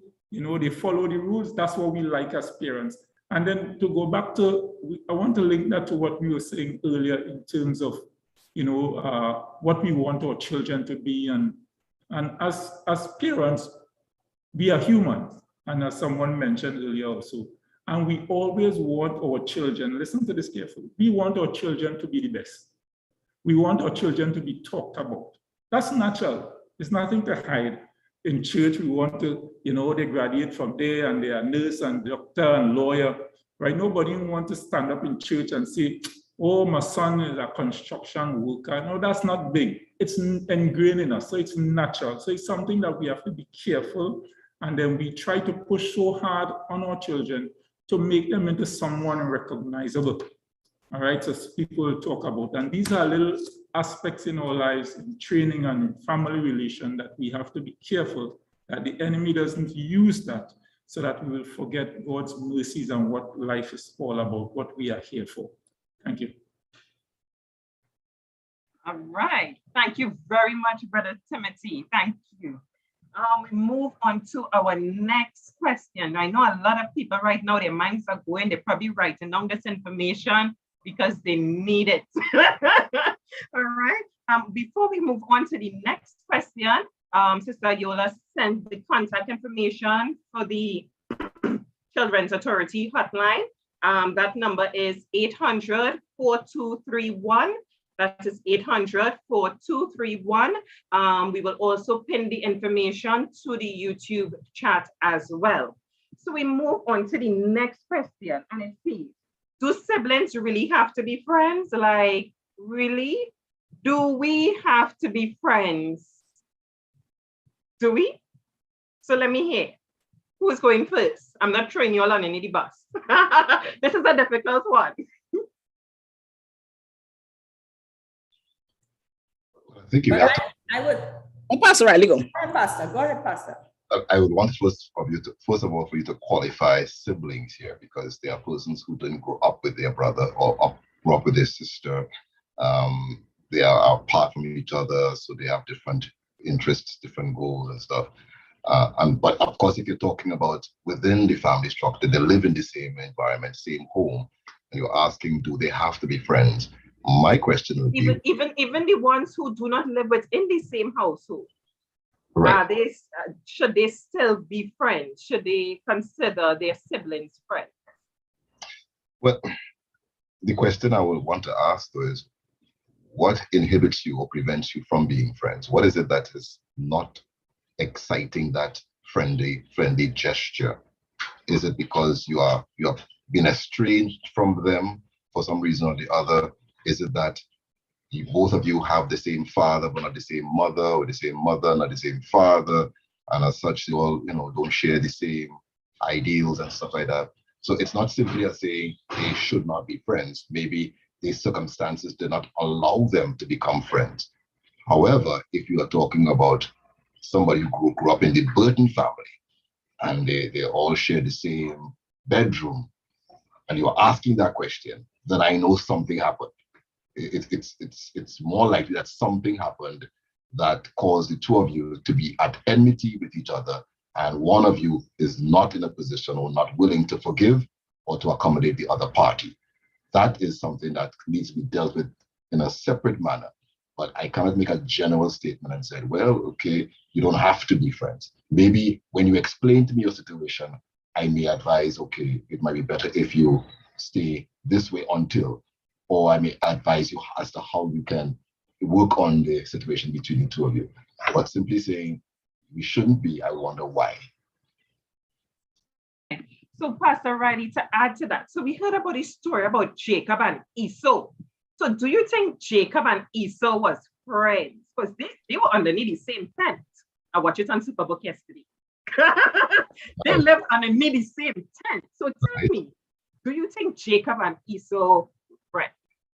Well, it comes back to the question you asked before. One was a product of favoritism. Well, both of them, in a sense, were a product of favoritism. One couldn't handle it. And as such, I mean, here is, in one instance, the mother conspiring with her son to talk to the father, which is a husband, about giving him the birthright. I mean, come on, that is a recipe for disaster and for disunity. And sometimes the Esau would have felt offended. I've realized that the person who speaks less about favoritism in the home is the one who is the favorite. Right? It's like you're in a line and the line is very long. You're trying to get to do your passport, get it to renew passport, and somebody up in the line say, come. All the other persons in line gonna get angry at you. Kind of stupid is this going on here? But you who getting the skip, you're not angry, you are excited about getting the favors. So the favorite trial doesn't have any quarrel with being the favorite. So Jacob obviously had no problems getting the birth. He got what he thought he needed, and it drew the envy of Esau. So in that context, Esau, I think, was justified. He may think he was justified in expressing his anger toward Jacob, because now you got from me through deceptive means, and it's not something I can get back so easily. You took it from me. My father blessed you instead of blessing me. How could I get that back? So he's going to be eternally upset with this guy unless Holy Spirit decides to change his heart. So yes, they grew up in the same home, but you can understand the circumstances in that home propel them to be at enmity. However, Jacob still tried to do a peace treaty, but I'm not sure how well it worked. But All right. Thank you very much. So we move on to the burning one, relationships with significant others. Relationships with significant others. And I know Pastor Riley mentioned it earlier on in his opening statement. COVID is going on right now. You may not see the person as often. So how are you dealing with all these things? So considering these circumstances now, one of the questions is, how can I prepare myself for marriage? So how do you think you can prepare yourself for marriage? Silence. Okay. I think that's for the married people for sure. All right, so we'll ask Josh. So Josh, I know we are friends, so we speak. I remember you giving me the story about when you saw Alicia, and you pursued her. So tell me, when you pursued Alicia and you say, I'm taking this girl and I'm changing my nationality as a Trini now. Tell me, what did you do to prepare yourself for marriage? Well, for me, marriage was a journey that started even before I met Alicia. It was, I always had plans of certain things I wanted to achieve. And this was since I was a young man growing up. You know, I had to set out goals. I need to get certain things by a certain time. And I thank my parents because they showed me really what relationship was all about and what what it meant to take care of a family, to take care of spouse, etc. And it wasn't an easy path, but as I said, I had all of these plans, and one of the things I did, and again thanks to my parents, is I started out my journey to know God. Right, and I remember when I got baptized, I was only 11 years old, and I started building from there, and that is building that relationship with God and asking Him to guide me.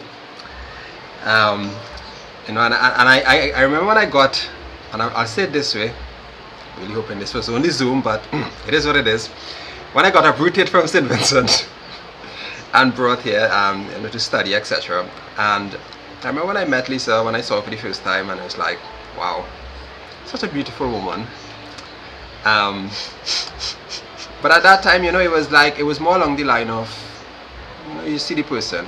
But when I got to know her, and we start talking, we realized we had a lot in common in terms of our likes, our dislikes, and the most important, our love for Jesus and our love for God. And it was even more heartwarming when I called my mom and told her, and she was like, first question, is this lady an Adventist? And I was like, yes, mommy. And she's like, okay, all right, good, okay. Right, and it was more my relationship with God that prepped me for marriage than anything else. Because I remember the first night I came home after we got married, and it was at that time everything really hit, like, oh my word, you have to now take care of this woman forever and always. Can you do it? And that was the time that I heard that voice that said, I will never leave you nor forsake you. And that was very important to me because, I know at all points of this relationship, He's going to be with me. He was there from day one, and He's going to be there to the end. So I would say your relationship with God is what is going to help you, and it's going to prepare you for marriage. And not just marriage, but for any goal that you want to pursue in life. Your relationship with God is going to help you there. Wow, thank you very much. Alicia, you're smiling there again, you're blushing. A man of God indeed. Thank you very much for sharing, Brother Sandy. So we move on to the Timothys, because we know you all have been married for what, 70, 71 years? Because after so long, viewers, watch this. After so much years of marriage, watch where Brother Timothy hand is. After 70 plus years of marriage, watch where Brother Timothy hand is. And let me tell you something, church and viewers. They don't sit down separate in church. Every Sabbath, they sit down together. Right? So we know that God is in this. God working in this. So give us these secret ingredients here now, Timothy. Brother Timothy, how did you prepare yourself for marriage? Did you see Sister Joan and say, hey, I like she, but she ain't really my type. Let me see what else out there. Did you fish around? Or did you say, I throwing out my bait and she better eat, and she better eat fast?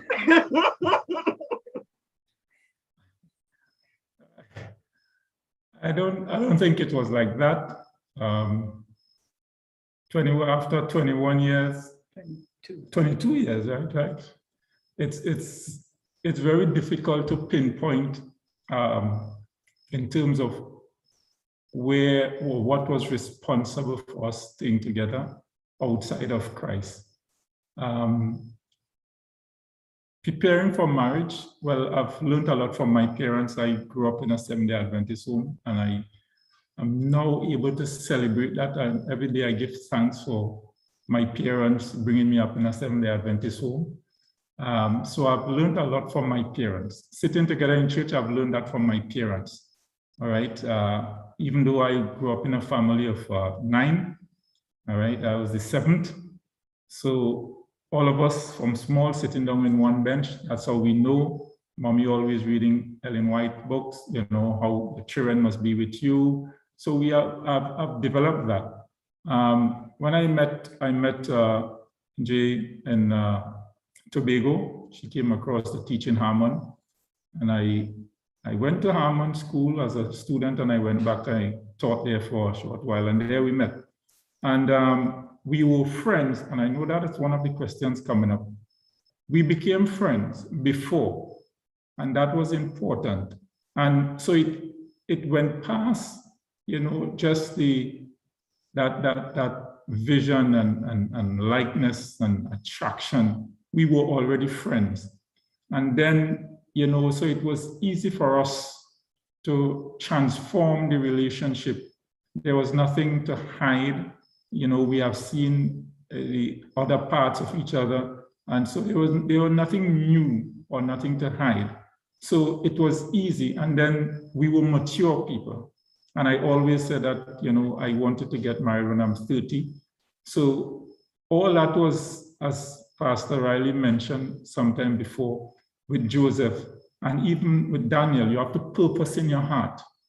You have to purpose. It doesn't just come around one day, you jump up and say, you're not going to do this. You have to keep purpose in your heart. So all these and the 4 P's that Pastor mentioned earlier, priority, you know, set priorities and move on and achieve. So it wasn't a big transformation. She was a Christian, and that was purposed in my heart.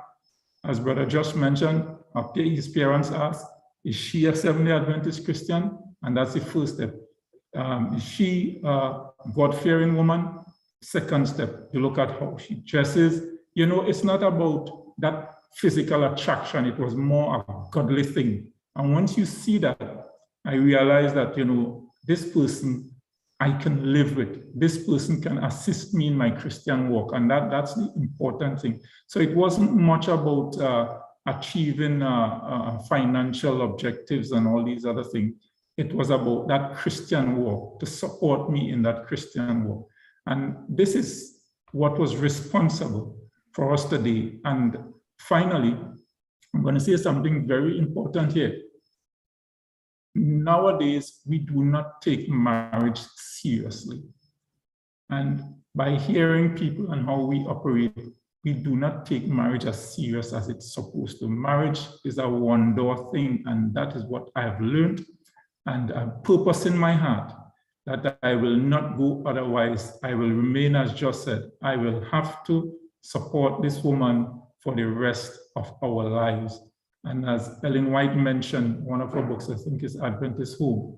Your spouse can either book you for heaven or for hell. And that is very, very important. So that's just my simple experience. And it's important that we sit together, families sit together, because the church is a family. And relationship, as Pastor Riley mentioned again earlier, because of the pandemic, we may not be able to sit together and have that kind of relationship, but it's important for the young people who are contemplating marriage, who are developing and who are looking to build relationship. It's important. Outside of Christ, we have a problem. As Seventh-day Adventists, and this is something I want to make mention of again. As Seventh-day Adventists, our relationship is pegged to a different principle from the others, from the world. So that's why when we have relationship with people who are not within the church, we have a problem, because that relationship was not ordained by God. Yeah. It will work for them, but it wouldn't work for us. And we have to remember that. So no matter what you do or where you go, just remember our relationship with others, our development and preparing for marriage, finding a spouse is based on a particular relationship with God, the principles that were set out by God. So outside of that, we will have problems. We will have problems. Agreed. Thank you so much, Brother Timothy, for sharing. We have Sister Yola George. She had up her hand for quite some time. So something you say, Brother Timothy, struck a chord in the attorney. She had up her hand, just banging that gavel. After which we will hear from Pastor Riley. So yes, Sister George. I liked what Brother Timothy was saying about, making a plan and having priorities. And I think, we haven't stressed that enough in terms of making a plan. I think because I saw the questions and I took it to some friends of mine, and we were discussing it and so on. One of the things that you do to prepare is decide, first of all, is this what I want? And then decide when you want it by. Brother Timothy said when he wanted to be married by 30. So, he knew that there were things he needed to do or stop doing before that time in order to prepare himself. And I think, there are some not so young people who've realized a little too late, I do want to get married, but they've sown so many seeds in the opposite direction. It's tough to do that now. And so, you making the plan, deciding not just whether I want to get married, what type of marriage do I want to have? I myself have seen some really great ones. And what has been offered to me so far is not likely to flourish into that, So deciding what it is you want, or rather, do I just want to be able to have the ring? If that is what you want, speak to someone who has nothing but a ring and find out what they did or didn't do. So, I think is definitely speaking as a single person, speaking to persons who have been married, but also not just all of them, because sometimes we let passion lead instead of that type of plan. And Brother Timothy talk about, we let passion lead and we find ourselves yoked in our hearts to someone who doesn't want this thing. And you're trying your best to see if you could bring out that desire in them. They never will have it if they didn't want it for themselves. So, you could find yourself a frustrated fiance for years, or you could find yourself in a marriage, but feeling all alone. So, I really think you have to work out what you want first of all. Right. So, Pastor Riley, I just want to turn up that question a little bit, right? We're coming to you shortly. But I just want to say, I know, Brother Timothy, yours indicated that, you must have a plan. So, and Ayola, you did agree with that. It's important to have a plan. But watch it this way. A couple together, you all have a plan. Listen, I'm going to get married by so-and-so thing. I'm going to organize the piece of land. I'm going to do this and so forth. But sometimes as a couple, you see things along the way, all right, that probably I should mash a little brakes. But hey, I have a plan. That plan was 26. Do I jump off that train now? Or do I stick with it and say, Jesus, help me along the way? Because I think I was on that train. And I went and said, Jesus, help me along the way. Instead of jumping off the train. Still thankful for my daughter, but just saying, right? So I think now I do understand what you're saying, but I think because I went down that road as well by saying, hey, by 26, I want to do this. I want to have this set up, and everything was set up at that age. And Pastor Riley, you can come in as well, because I know persons viewing in as well will also have the same opinion as, hey, we on this, we go in. I'm this age, I have everything set up, but you're seeing red flags. Sometimes it's time to just get off the train. Or do you stick on that train and say, Jesus, you said you will never leave me nor forsake me? We just saying, preaching testimony, plenty truth bombs today. So let's hear it. Very good question. Just let me clarify. In terms of priority, in terms of age, plan, all right? My plan wasn't about achieving material things, right? In terms of by the particular age. I just have in mind, and based on what I've heard from adults put together, I came to the conclusion that a proper age for a man to get married or maturity is around 29, 30. So I had that in mind. I've never told my wife that I wanted to get married at 29 and time running out and stuff like that and getting, you know, jumpy and jittery. And as you said, jump off the train. So it wasn't about, you know, I just had it in mind. And it so happened that when we start dating, we realize, wait, hey, this is happening around the time, you know? And my wife said, well, I was waiting on 30. I said, no, you're waiting so long. You're wasting time. So I got married at 29. You know, so it's not locked in, as you said, and become frustrated. I mean, it's different for women, all right, in terms of biology, or biological clock and stuff like that. But as you said, Ebony, you know, we have to maintain our integrity amidst, because remember, the enemy is challenging us at every corner. So he wants you to jump off the train. And sometimes marriage is not for everybody. So we have to keep that in mind. If I do not get through, let God's name be praised still, right? Thank you. I just want to add this. The thing is, for me, it was not so much the plan, it was the connection with God. I think I used to pray to God, not specifically for a husband or anything like that. I just prayed to keep close to God and for him to do his will in my life. I never thought I would have gotten married. That's the truth, right? My plan was to educate myself and reach the highest height that I could reach. And it was just cut short.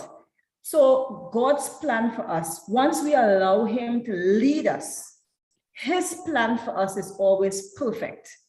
And I may not have reached the PhD that I wanted to reach, but he has given me the kind of life that I would want and that he desires of me. So I want to thank him for that. Prayer and keeping close to God is a key. All right. Thank you very much for sharing, Timothy. We write in. Now it's Pastor Riley, and then we'll move on to the Sandys. Pastor Riley. I'm sure many of you, or some of you at least, would have, in the midst of this pandemic, met somebody who's wearing a mask. And you looked at the person twice and said, I wonder if that is so-and-so. And you rush up to the person and then, oops, sorry, no, I thought it was so-and-so. All because the person was wearing a mask. And I want to use that as a figure, as a symbol. If you want to prepare yourself for marriage, take off the mask. Don't be pretensive, be real, be who you are, be intimately aware of who you are as a person, all your likes, your dislikes, your shortcomings. Just be aware of it and don't cover it up. The more you cover is the less chance you have of intimacy. And let me use another illustration. Physical intimacy or sexual intimacy is not possible until you are naked. It's also true for emotional intimacy. You have to learn how to be naked. The more your partner thinks you are hiding, is the less committed they might be to being involved with you, because they want to know that they're involved with the person who is not wearing a mask. And that's how I met my wife. I met my wife on television. Well, I met her watching television, I should say. And I asked the Lord, is this the one? Should I look for another? And God said, go and try it, go and see. And I went to Trinidad. I was living in Tobago at the time. I went to Trinidad. She was on Uplift program. Some of you may remember those days, but she was on Uplift program. And I, strange enough, was invited by Ian Green, who was the communication director. He, not knowing anything about what I just prayed for, invited me to come and speak. But before you go on air, you have to do makeup. And guess who was the person doing the makeup on my face? So while that was happening, I did some exchanges with her and got her number. She didn't know how I got the number. She wondered how on earth I got the number. I got the number because she gave it to me. What's wrong with that? But I suppose whatever happened there, she couldn't understand. But that was just the beginning of the walk. And unlike you, Brother Timothy, I made sure she was Adventist, but I made sure she was not a popular Adventist, mainly because I was already a pastor. And a lot of females may have wanted the minister, but didn't want the man. And as such, I did not want to surrender myself to anybody who just wanted, the minister, Pastor Riley. A lot of you know Pastor Riley, but many of you don't know Pastor Wiley. I am wild. I am crazy. I am out of you guys. If you're at home, you would not know this is the same person who's on that platform. And she knew that. She appreciated that. She can't understand it. She can't tolerate it, but she married me anyhow, because she tolerated me. And as such, I needed somebody who could appreciate that man. She didn't know much about me as a minister. Praise God. So I introduced her to her. I introduced myself to her as the man. So we got to understand each other from that perspective. It's only when we were dating or courting for some time that she started coming to church to see what I do in church and recognize, okay, all right, she didn't know much about me. I was so glad about that. The less you know about me, the better, because now I can start from scratch and give you the real man. You are applauding this man on the pulpit. Wait until you get home, you'll see who the man is. Because you know, sometimes when you come from a very difficult board meeting, you need a pillow to lie on. And you don't need anybody who is into the church and understand the rudiments of what's going on in the board meeting. You need somebody you can relax with. And she provided that avenue. So I'm free to be who I am at this house. Guys, if you come to this house unannounced and see me in action, you might not want to come to Mount Church after. Trust me, you might stay home. Praise God. But God does his work. It's the same person.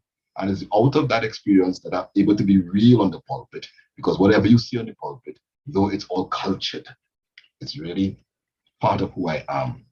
I can mix with people. I can understand people. I can see and identify with people because, you know, you're right there with them. So I'm saying to young people, those who are not yet married, take off your mask. Let them deal with you however you are. Don't put it on. Take off all the eyelashes, all the mascara. Take it off. Let them see the person. What you see is what you get. Do you want it? If you don't want it, move to the next person. But if you want it, and there are some things I need to fix, I am willing to go with you so that you can help me fix who I am. Take off the mask. Amen, Pastor. Amen. Sandy, it's your turn. Going back to the question, I think sometimes people might see red flags, yes, but still sometimes go ahead. And sometimes persons may have a plan. You know, sometimes when you're young, you have a plan. I have to get married at this particular point. And we have this idea of what we think marriage is and what it should be. And sometimes people having this idea of what they think marriage is and not really realizing what marriage really is. Also, there are times when persons, besides saying, well, I have to get married at this particular age and I have to have this, that, and the other, sometimes people marry not necessarily because they want a marriage, but they might want a wedding. You know, the idea of being married and the reality that is marriage. A lot of people get married because they want a wedding and they put the emphasis on the wedding, which is one day, as opposed to the marriage, which is a lifetime.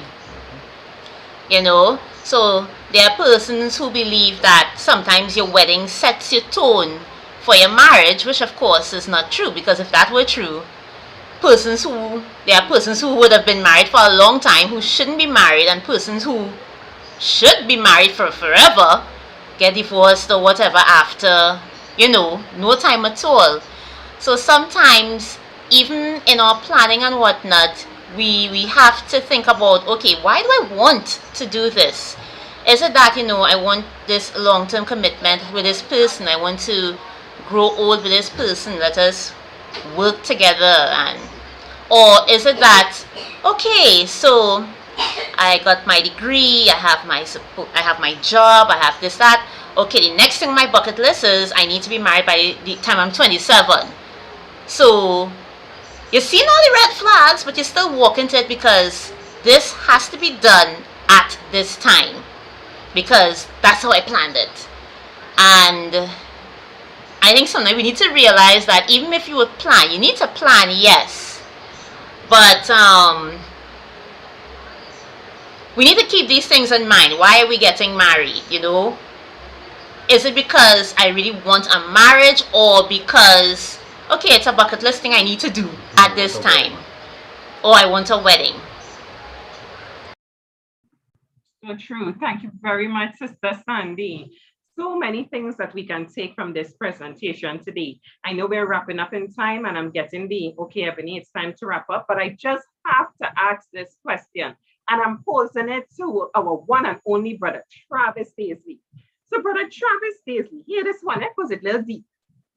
In deciding upon a partner to marry, is it wise to entertain multiple persons at the same time? How can one generalize without causing heartbreak? Because remember, you went away to study. So let's just say, I'm good with stories. I'm good with stories. So let's just say you was in Trinidad and you was in San Juan Church, and you see Janice Doe in San Juan Church. And then you're going away and you're studying, seeing all the lights and everything, and you meet a Jane Doe. So you had Janice Doe in San Juan, but then you went away and you're in university and you see a Jane Doe. But they both have great qualities and they remind you just as your mother. One cooking just as good as your mother. She put in my house just as good as your mother, right? But they both have great qualities. Do you A, entertain the both of them? Because, hey, you didn't make any commitment. Or you take them just one at a time and you concentrate on one. But remember, you're coming down in age. Wink, wink. So what do you do, Brother Daisley? Yeah, I think if you are thinking on the two persons, you can't Wait, make one second. Don't give me no politically correct answer. I see you done setting up a thesis statement here for me. The two persons, you can't make up your mind. So you're not ready. I believe you're not ready. You cannot decide on what you want. As you say, you're seeing two different things. So it's best to, and I think it's if you are thinking that way, and it seems that you are really thinking that you want the second one, they are seeing that's something you want, take a step back. It's good to end the relationship with the one that you may be with in Trinidad. And I'm not saying to go into the other relationship, but maybe you need time to think about what it is exactly do you want, because the scenario you give me there, the person is confused because there can be someone else that you see, something that you like in them, and you can find yourself going after this. So you add the two, you add three, and you're just going after certain personality traits that you're trying to make up this one person, but you're seeing it in everyone. So you're trying to have it all, but you can't find it in one person. So it means that you have to ask yourself, what do I want? What do I need? Am I prepared to settle with one person? Because I think many persons find this problem because in the world, persons find themselves hopping from A to B to C because they are not ready to settle. They test in the water to see which do I want the cook? Do I want the mother to communicate with that mother? But that relationship that I had with my mother, do I want this? So what do I want in my life? And find out what you want. And after you do that, make a step on, since you're single, I can see since you're a single man, you can maybe choose from each. No, but you are a single man, so choose what is right. It may not be those two persons, but you may find something that what is truly meant for you because you have settled in your mind that, God, this is what I want, and you can start looking for that person. All right, thank you, Brother Daisy. Sorry there, you're cold sweating. Put on the fan or the AC a bit higher, please, because we seen that glow. We seen that glow, Travis. So I like what you said when you said to pull back and address certain things within yourself. Because a lot of times we usually watch the other party instead of saying, hey, where am I going wrong? What am I doing? Too many times in relationship, we keep blaming the other person or saying certain things. So I like that response that you give Brother Daisy. You can use the paper towel now and just dry up a bit, huh? Just kind of a little glare, yeah. Yes, so Sister George, you could go right ahead. Yes, so just to clarify, Ebony, you were asking about generalization without, like breaking hearts and so on? Yes, indeed, without causing heartbreak. I do exactly want to weigh in on the scenario given to Travis, but just more in general. If it is you're looking around for certain things, I think that there are ways for us to have at least some of our preliminary questions answered without causing heartbreak. I think what we tend to do is make promises, whisper sweet nothings. In our quest, in our generalization, but sometimes tend to make the individual who auditioning, because basically it's an audition, right? We tend to make the individual who is being auditioned feel as if they already get a part. And if you do that, that is what's caused the bacchanal. You come, I don't know, Gil, you just different. I'm not different if it is you're speaking to a bunch of others. So a lot of times and of course you will hear my bias, right? But whatever, right? A lot of times we like to feel the vibes from this other person, the attentions, the energy. So we give them so much current. I don't know is the real word, right? So much current, so much so that this other person feels we going somewhere. Whereas that wasn't necessary. If it is we trying to figure out certain things, you can determine or you could get a fairly good idea of someone's spirituality from a regular conversation. Hey, so what you thought about the lesson this week? Or you're online, you're going to church online, or these are some of the casual questions that you could ask to determine what's going on. You want to get their take on social issues. You casually bring up something that's happening in the world, and there are things that you could do to feel out somebody without always going on a food run, right? Well, every time it has some people shaking their head, they can't believe it. Yes, it's true. You're just feeling like going for a food, or let's sit back in the can, or they're talking all kind of personal, intimate things. These are some of the things that you do when you're quote unquote generalizing that could cause heartbreak, that could dirty your name in the streets. Everybody is like, oh, they always into. There are ways. There are plenty fellas I auditioned. They didn't even know that, and they didn't make the cut, and they just get them the working papers, and no love lost. So you have to, in my opinion, if that's what you're doing, be honest. I'm generalizing, and go about it in a not clinical, but be honest. Am I entertaining several individuals because I enjoy the attentions from them, or am I looking for something? And if you're looking for something, I think you'd be real clinical about it. Wow. I just want to weigh in a little. Yes. When I was younger, they used to tell us in church, they would tell us when you must try to generalize before you specialize. And they used to, I remember Pathfinder, they used to encourage us to go out in groups. And in doing that, you tend to see the person for who they are before you start to specialize. So it's always good to go out in groups. When you want to know more about people, go out in groups. Mr. Timothy told you, Brother Timothy told you that we were friends before. We were friends long before we became intimate. And it is, and I mean, he was a kind of person who used to take all the ladies, and we would all go out and we would lie. And by doing that, you got to know who the person really is. And so my encouragement to young people is go out in groups. Don't specialize before you start. Don't generalize before you specialize. Sorry, don't specialize before you generalize.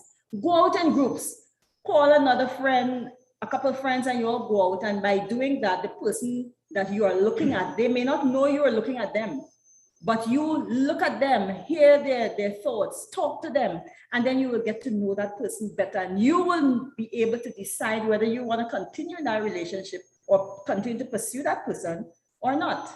But if you specialize and start going out with that one person, you're going to have challenges.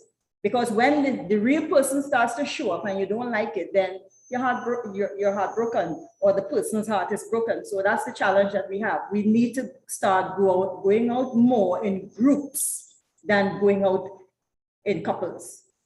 And just let me add to what Pastor Riley is saying. I want to just strengthen that statement in terms of preparation for marriage. Talk about you have to take off the mask. Marriage is a humbling experience. As men, young men, I will speak particularly to young men. Josh, you will experience that. You have to come, Pastor Riley, you will experience that. You have to come to North as a man. You have to take off all the mannish behavior, I should say, the macho-ness, for you to find the right person and make it work. We have to humble young men. You have to humble yourself before God and just let God work. You can't go in feeling biggish and want this and want that. It's not about you. You're giving up self. You're giving up that authority that you're accustomed to. You have to give that up for your marriage to work. Because I know Pastor Riley really did a nice outline in the early part about the differences between the male and the female, and we got to understand that. So for it to work, and marriage, you have to continue learning. So all now I'm learning. There are many things I'm learning about my wife to make it work, and I have to stay close to God.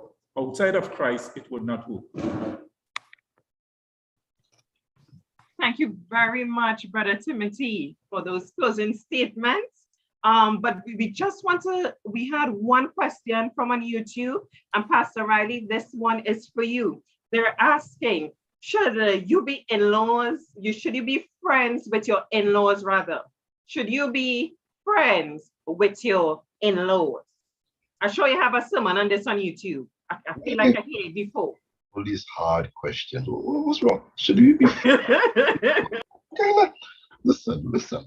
You know, when the in-laws become outlaws, that's what you're trying to say. Yeah. Again, every circumstance is different, because some may say that I have the best mother-in-law, which I do. I have the best mother-in-law. Others will say, Lord have mercy. What you should try not to be enemies. Let's put it that way.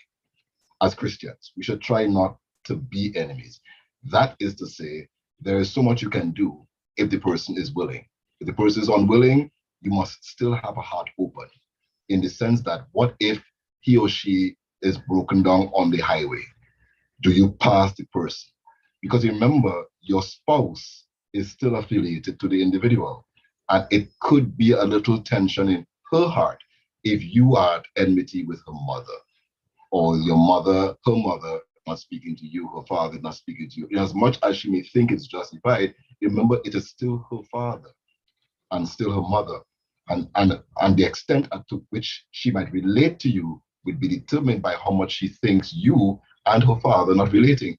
So she will have to keep hiding you from the in-laws, or you'll have to speak little. Your conversation cannot ever go in that direction. So I'm saying, as best as you can, try to reach out. Try not to be the one who caused the rift or who cannot mend the rift. You must still reach out to the individual as best as you can. And let me quickly say this, as you're tying up. We do not know all that we are. I posted a text on Zoom, which says, many are the plans of a man's heart, but the Lord's purpose shall prevail, which means you make plans, but you don't be inflexible. You still are going to be, adjustable. So you say you're going to marry at 30, you know how you will be at 30? Is it that when you reach at 30, you will go into Price Mart and buy a spouse or something like that? Is it just as that? No. You might bypass all the potential suitors when you are 28, 29, 30. And when 30 come, barren. All the shelf empty, because you took too long to make an approach. But I'm saying that more specifically for you to understand. And in Travis's case, Jane Doe was what he thought he wanted, or Janet Doe was what he thought he wanted. When he went to the States, he saw Jane. Because he's growing, he's learning himself. He recognizes that perhaps I didn't really want Janet as much as I thought I wanted. And I'm saying that to young people who start dating at an early age, 18, 17, 18, 19. I mean, the guy is a bomb. But then when you become a little more mature at 25, you realize, you have grown because you have changed. And just as the Timothys can admit, I am sure you both have changed in your relationship because you've grown to understand who you are. And there are some things which you might have prioritized, which you can now compromise and adjust because you are growing, you are becoming different. And that's what life is all about. So don't make idealistic expectations without having a realistic chance at making a marriage or relationship work. If, however, you meet Janet Toe and you change to Jane because you're not sure, then be real and be honest and say, folk, Janet, sorry, right now, Jane, sorry, I am not prepared for a relationship at this time. We can talk, but I'm not really prepared. Be honest. If you want to talk, we can talk, but I can't promise you we will get any further than that until I'm sure as to which direction I want to go. Man, wow, thank you very much. I just want to say, Ebony, you want just 1 minute. Okay. Just to add to what Pastor Riley said. Yes, the statement that he made last when he said, not ready for a relationship, I'm sorry. But we have to also, young people, we have to also bear in mind that when we are telling them that, we are not trying to get close to them physically. So we have to cut out the physical contact that we try to make. So in words, you may be saying you don't want the relationship, but physically you're trying to attach. So we have to try to detach physically or not be attached physically to the person. We have to try not to be testing the wine or the cake, as people will say, and saying that we don't want a relationship, but yet we're testing cakes and wines all over the place. Yes, I think you really needed to close with that statement. So true. So true. So I just want to thank the panelists. Wow, I think Sister O keeps telling me time to wrap up. We definitely need a part 2. And since we're talking about social empowerment, and she's my best friend, I will be obedient and I will listen, not to cause any rift between us. All right? So we just want to thank everyone for coming out this afternoon. We will now have our vote of thanks by Sister Kenesia O. But before she does that, we just want to say a special welcome. Yes, we're doing the welcome at the end. We want to say a special welcome to the Montano family. We have a Paul Montano joining us here this afternoon. He was on for the entire session. We want to say welcome, Paul. Next time you will be the moderator, right? For the segment number 2. So we want to thank everyone for showing up. Sister Brown, we have Brother Burton, we have a wide range of persons, Sister Noriega. We also had Auntie Pascal joining us as well. We just want to say thank you all for joining us. And I'll now turn it over to Sister O for the vote of thanks. We'll then have the announcement and the closing prayer. Good evening, everyone. We are so blessed. I for sure was by the discussion we had this afternoon. And we just want to quickly go through our vote of thanks for the many persons who would have been a part of our program this weekend. We have Sister Fuller Shadi Bandele, Brother Travis Staisley, Ariel Brown, Kia Orr, Natalia Brathwaite, Tamia Walker, Jonathan Peters, Caleb Joseph, Sister Kian Gabriel, Brother Leal Samuel, Jared Moore, Jemima King, Julian Stenson. Pastor Stenson really broke down the word for us. We thank Brother Anton Charles, Sister Janine Gittins, Daniel Nelson, Dr. Carla Daisley, Kimberly Daisley, Kevon Burton, Barbita Moore, Gwyneth Albert, Nathan Cornwall, Josiah Edwards. We also had Alyssa Cumberbatch, Dr. Angel Castello, as well as we had Brother Floyd Edwards, who gave our Sabbath School feature, and Soraya Nichols. We also want to thank the AV and Communications Department, as well as the Sabbath School and Music Department. And as we do our final vote of thanks, especially for the AY service, we want to first thank Sister Ebony Burton. Sister Burton really gave us a very opening.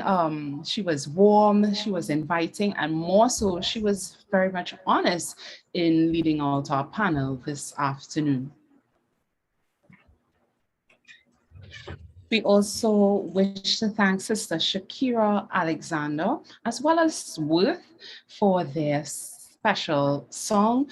We thank Sister Shamiai Martin, Ashley Scott, Karen Walk, Alyssa Comerbach, Caleb Joseph, Janazi Coppin, Adrian Martin, Amanda S. Camilla. We have Brother Aaron Critchlow, Sister Anita Bailey. We thank Pastor Steve Riley. We thank the Timothys, the Sandys, Sister Ayula George, and Brother Travis Daisley, our panelists this afternoon, for their honesty and their transparency. That's the word I was looking for in their deliberations. We thank Sister Makita Peters, who will be doing our closing prayer. We had a video playing, and that was done by Brother Marlon Roberts, as well as Adriana Martin, Isaiah Martin, Zwadi Swan, Rashid St. Hill, Kia Orr, Paul St. Bernard, Daniel Hernandez, again Nathalia Brathwaite, Brother Avon Brown, Tariq Victor, Rhoda Baker, Kezia George, Alyssa Jackson Gilding, Faith Walk. We thank you so much for being a part of our video. For the planning committee, we have Sister Alyssa Cumberbatch, Kia Orr, Ariel Brown, and Travis Daisley. These were the persons that were working on planning our iPress Youth Weekend. So we thank you for your, and Sister Janine Gittins, we thank you for your sacrifice throughout the entire planning process. Notwithstanding, we also thank the EV department of our church, communication department, music department, and the rest of our AY council. We thank Pastor Marvin Mentor for his support for youth ministry, Brother Floyd Coppin for working with us for our I Walk event, as well as Sister Zakia Lewis from Sabbath School. For special thanks, no bias here at all, we thank Sister Joy Cruikshank, the youth and inverse classes, all our weekend participants. If you shared our flyer, if you put it on social media, we thank you so much for the support, and all our online viewers. Thank you for being a part of iPress. Before we have our closing prayer, we just want to invite you to iWalk, which will be a fitness walk to Bamboo Cathedral. It will take place at 6 a.m. You have to reach at the Bamboo Cathedral for 6 a.m. by the big tree. But if you are coming to the San Juan Estate Church, you would be there for 5:30 a.m. And of course, we are going to be socially distanced and observing all protocols. So come out to iWalk. Let's now have that, having had our spiritual empowerment, mental empowerment, and social empowerment. Let's be physically empowered and join us for iWalk. Thank you for being a part of iPress 2021. We invite Sister Makita Peters to do our closing prayer, and then we will end with a video from the Mount SCA Church and our general iPress video. So thank you very much. Good evening, everyone. Dear Heavenly Father, we thank you this evening for your Sabbath that has now come to an end. We thank you for all the blessings that we would have received today and throughout the week. We pray that in the coming week that you would bless us also and keep us safe and in good health. We pray for all those who are sick and those who are in mourning, those who have lost someone. We pray that you would strengthen them at this time, dear God. We ask that you would give us strength and give us the desire to continue to share your gospel and to apply it also to our lives. We thank you for the program that it had this evening, that we were able to understand everything that was shared for us and shared with us. And we ask that you continue to bless these marriages, and that also we would have a marriage that like that with you, dear God, committed and in oneness with you. We pray for family, friends, and loved ones, asking that you continue to hasten their footsteps and call them to you, dear God. Help them to turn away from whatever it is that is holding them back. We ask that you would continue to bless us and heal those who are sick and ailing, provide for those who are in need at this time, dear God. This is our prayer, cheers on Jesus' name, our Lord and Savior. Amen.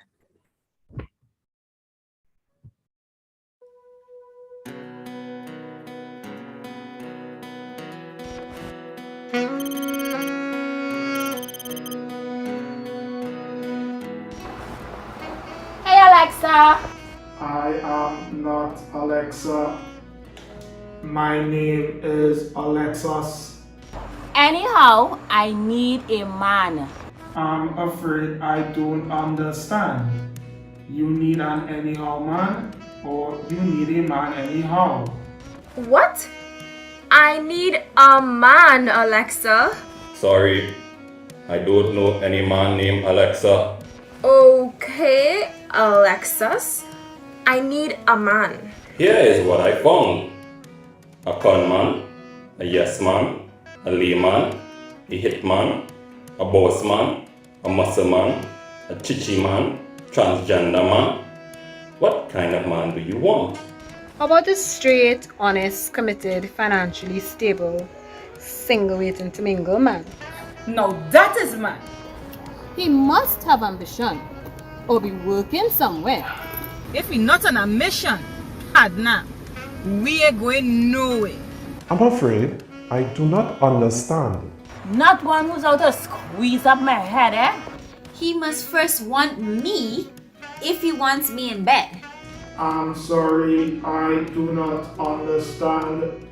He may not be a Brad Pitt or a talented Tom Cruise, but the way he looks must never have me confused. I'm looking for a man who could carry himself well. And with me by his side, girl, we bound to gel. His image will sell. I don't mind a man who like plenty food on his plate. But when it's time to lead, he better step up to the plate. I need a man who is strong, yet a man who's tender. Cause some with their own egos does come with their own agendas. Here is what I found about a man's own gender. It is male. Hey, he must love God, eh? And not in love with his religion. Cause Satan I like God, but he does follow all religion. And before we say I do, he must know what he wants. He can't be settling down to eat if he still wanna hunt. I expect his eyes to stray. I mean, mine is straight too. But he can't be a strawaway and still want me to. He may not be an academic, but he must have common sense. We can't discuss anything with logic if you lack intelligence. Sorry, I'm only good at artificial intelligence. Not you, Alexa. I am not Alexa. My name is Alexis. Oh gosh, Alexa, Alexis. Is not the same thing? Alexa is a girl. Alexis is a vehicle. Oh, okay, Alexis.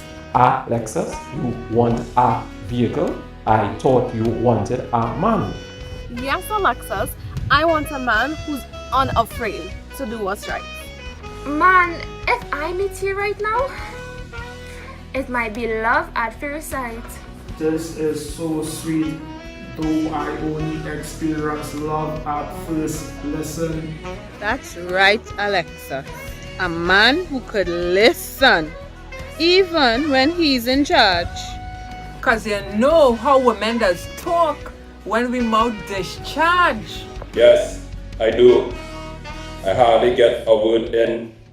I have to save it on the cloud. I know it's not a one-way street. There are some things I must work on if we must be complete. But if you find this man and he's really up to it, once we could work together, it will be a perfect fit. Sorry, we cannot help you. Our search shows up no results for such a man. What? No results? Please try again, Alexis. You will have to try Alexis. But aren't you Alexis? Yes, I am Alexis, but you need a nexus. annex us? That's Jesus. Gee whiz. No, Jesus.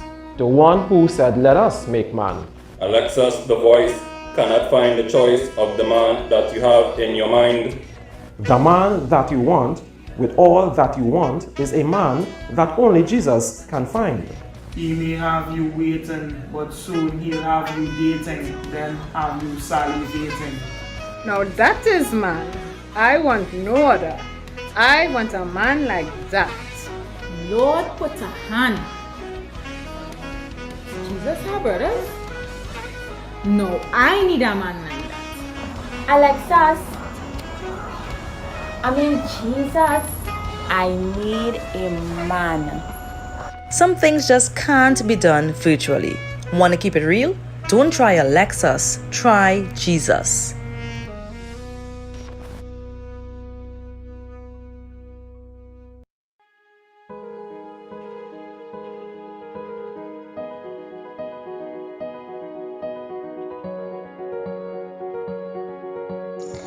It's a call for less to achieve eternal success. You will endure plenty stress, but it's all part of making progress. Many things you have to address.